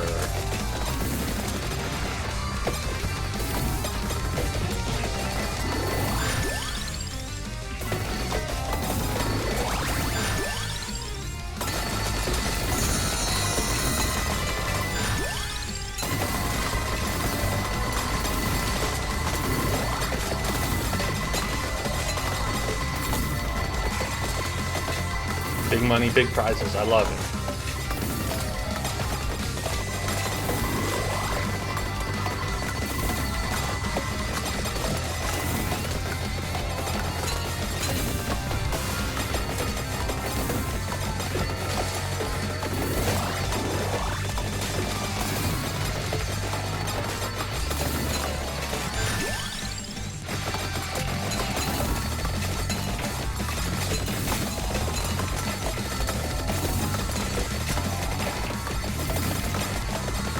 I don't really know where I'm going, or if I'm going anywhere.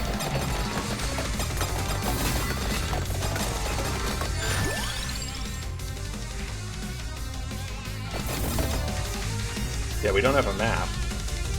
There's a finger over there.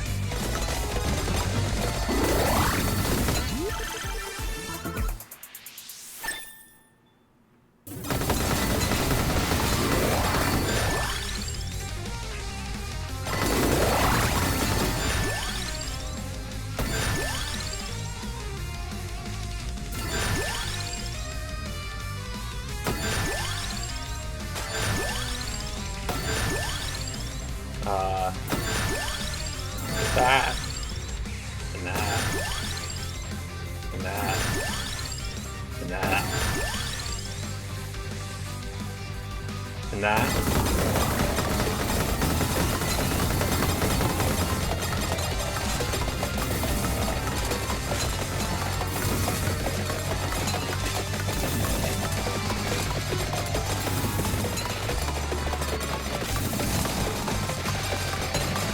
Strange sound playing in the background. One of many.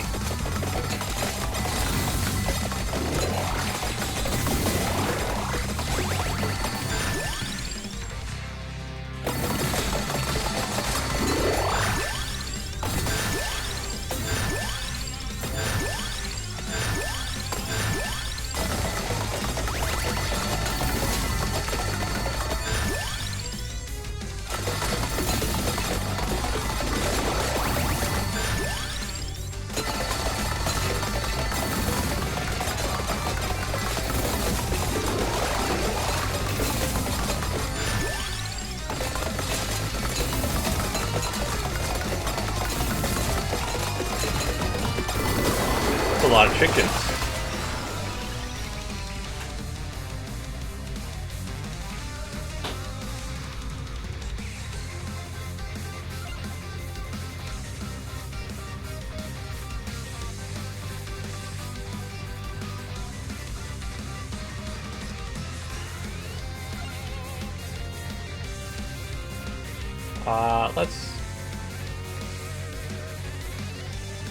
I mean, that's a lot of them. I don't know if I have any of those weapons, though.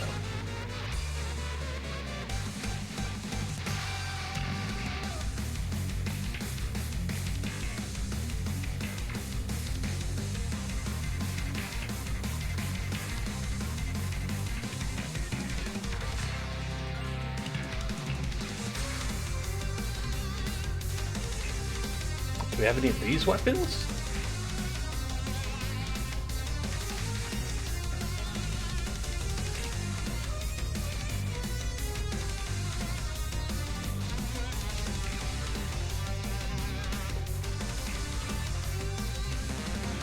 Yeah, I don't know.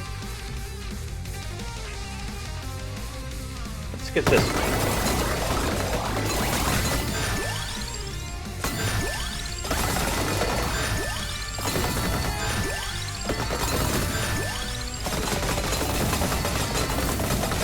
If I'm ever in a situation where I don't know what to click,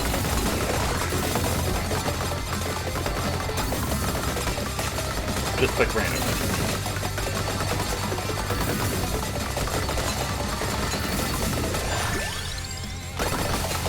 Seems like a great strategy, right?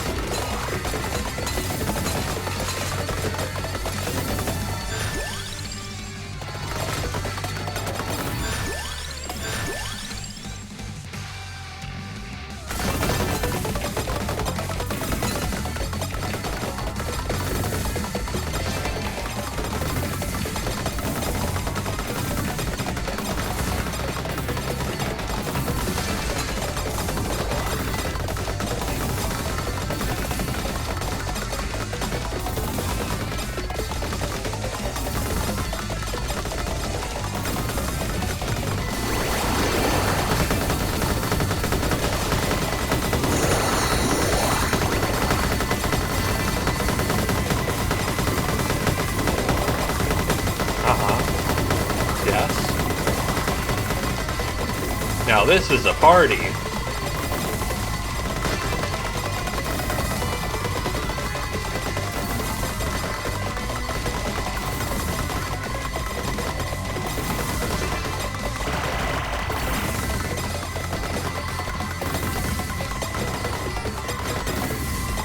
don't know what's happening, but there's money going up on this on the bottom. So it seems good to me.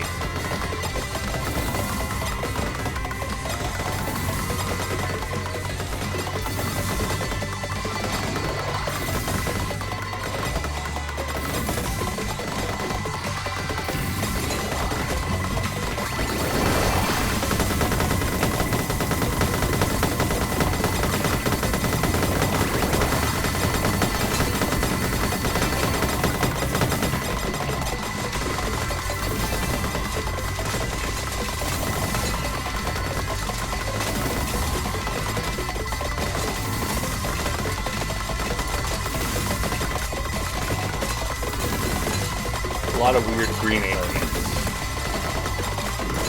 Are they from Contra? They don't look like they are.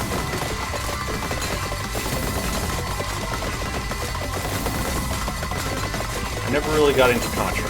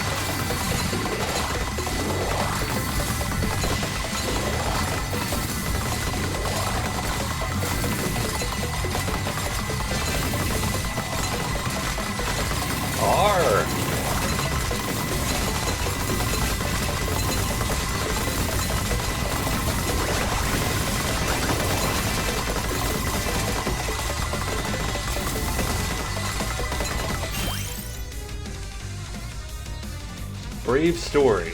And it enables random level up choices. That's so brave. So brave.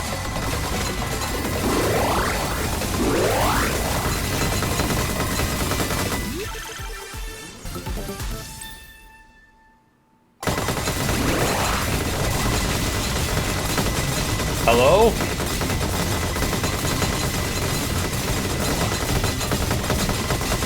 Hello?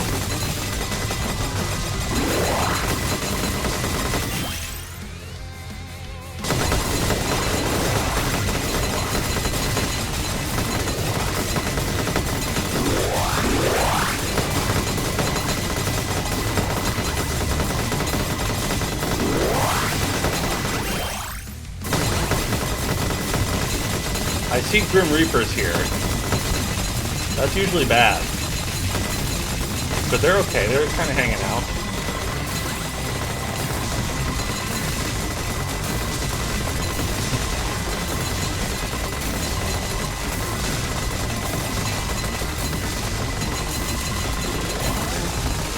Oh, they got me. Revive.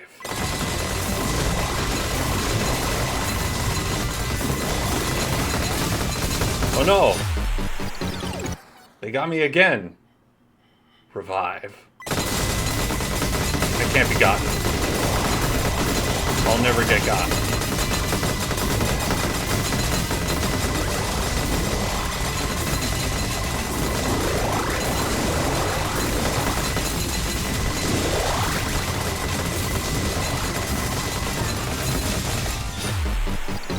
They got me. Now I have to give up. I don't have any more revives.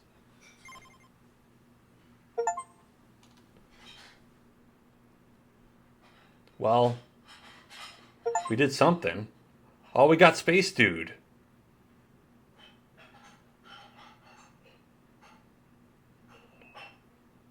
And we unlocked Stanley. And Newt.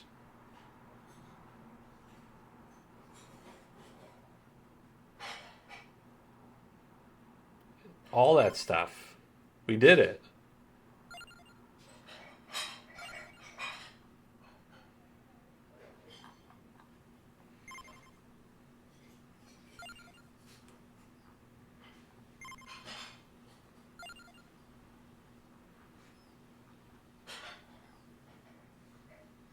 Beautiful.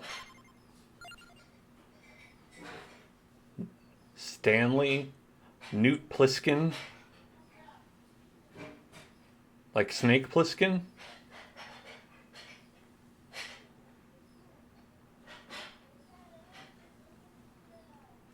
Oh, we didn't unlock Brad yet. Brad Fang, Brownie, Lance Bean, Ariana. Wow, Ariana's in this game too, not just Fortnite.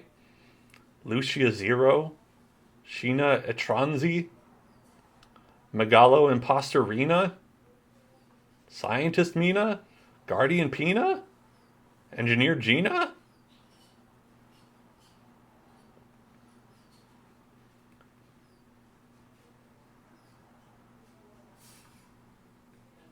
That's a lot of guys.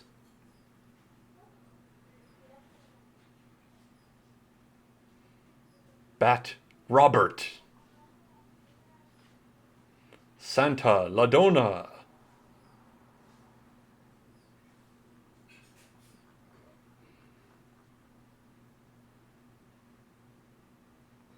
It's a lot of guys. Okay, well, I can't figure out all the secrets.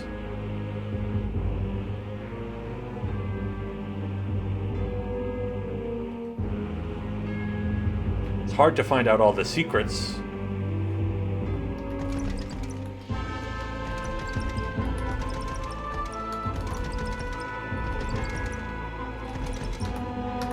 Hellzone is not a spell that you can cast. But I have had a wonderful celebration day with all of you here today. I had a great time. And I will even...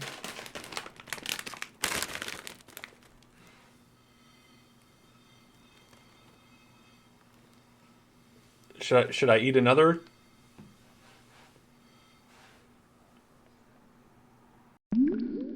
Should I eat another cheater of hotness?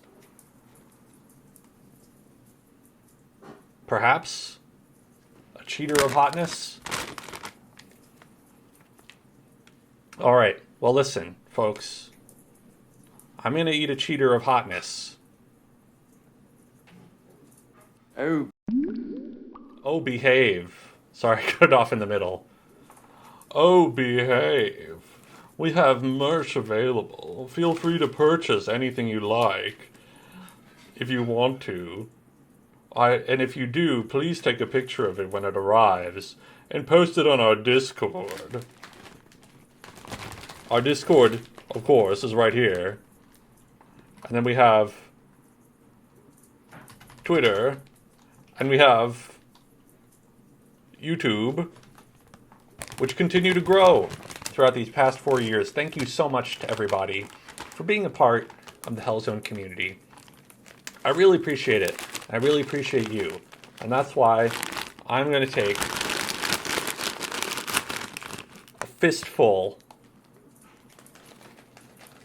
of hot Cheetos and shove them directly in my mouth for you to say thank you.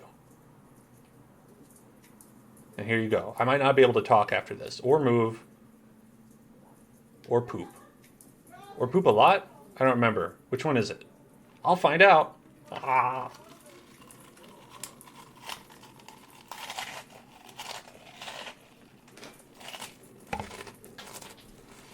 Whoa,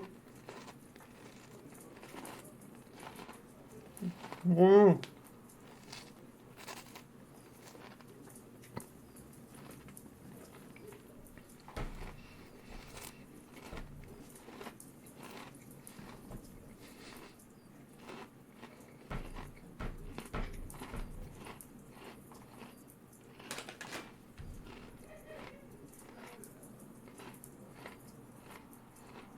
How much is it? It'll be $18. Here you go. Keep the change.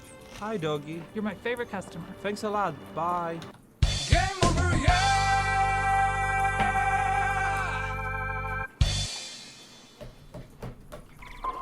What is this place? Metal Gear. Stop! Bye-bye. I can't do this anymore.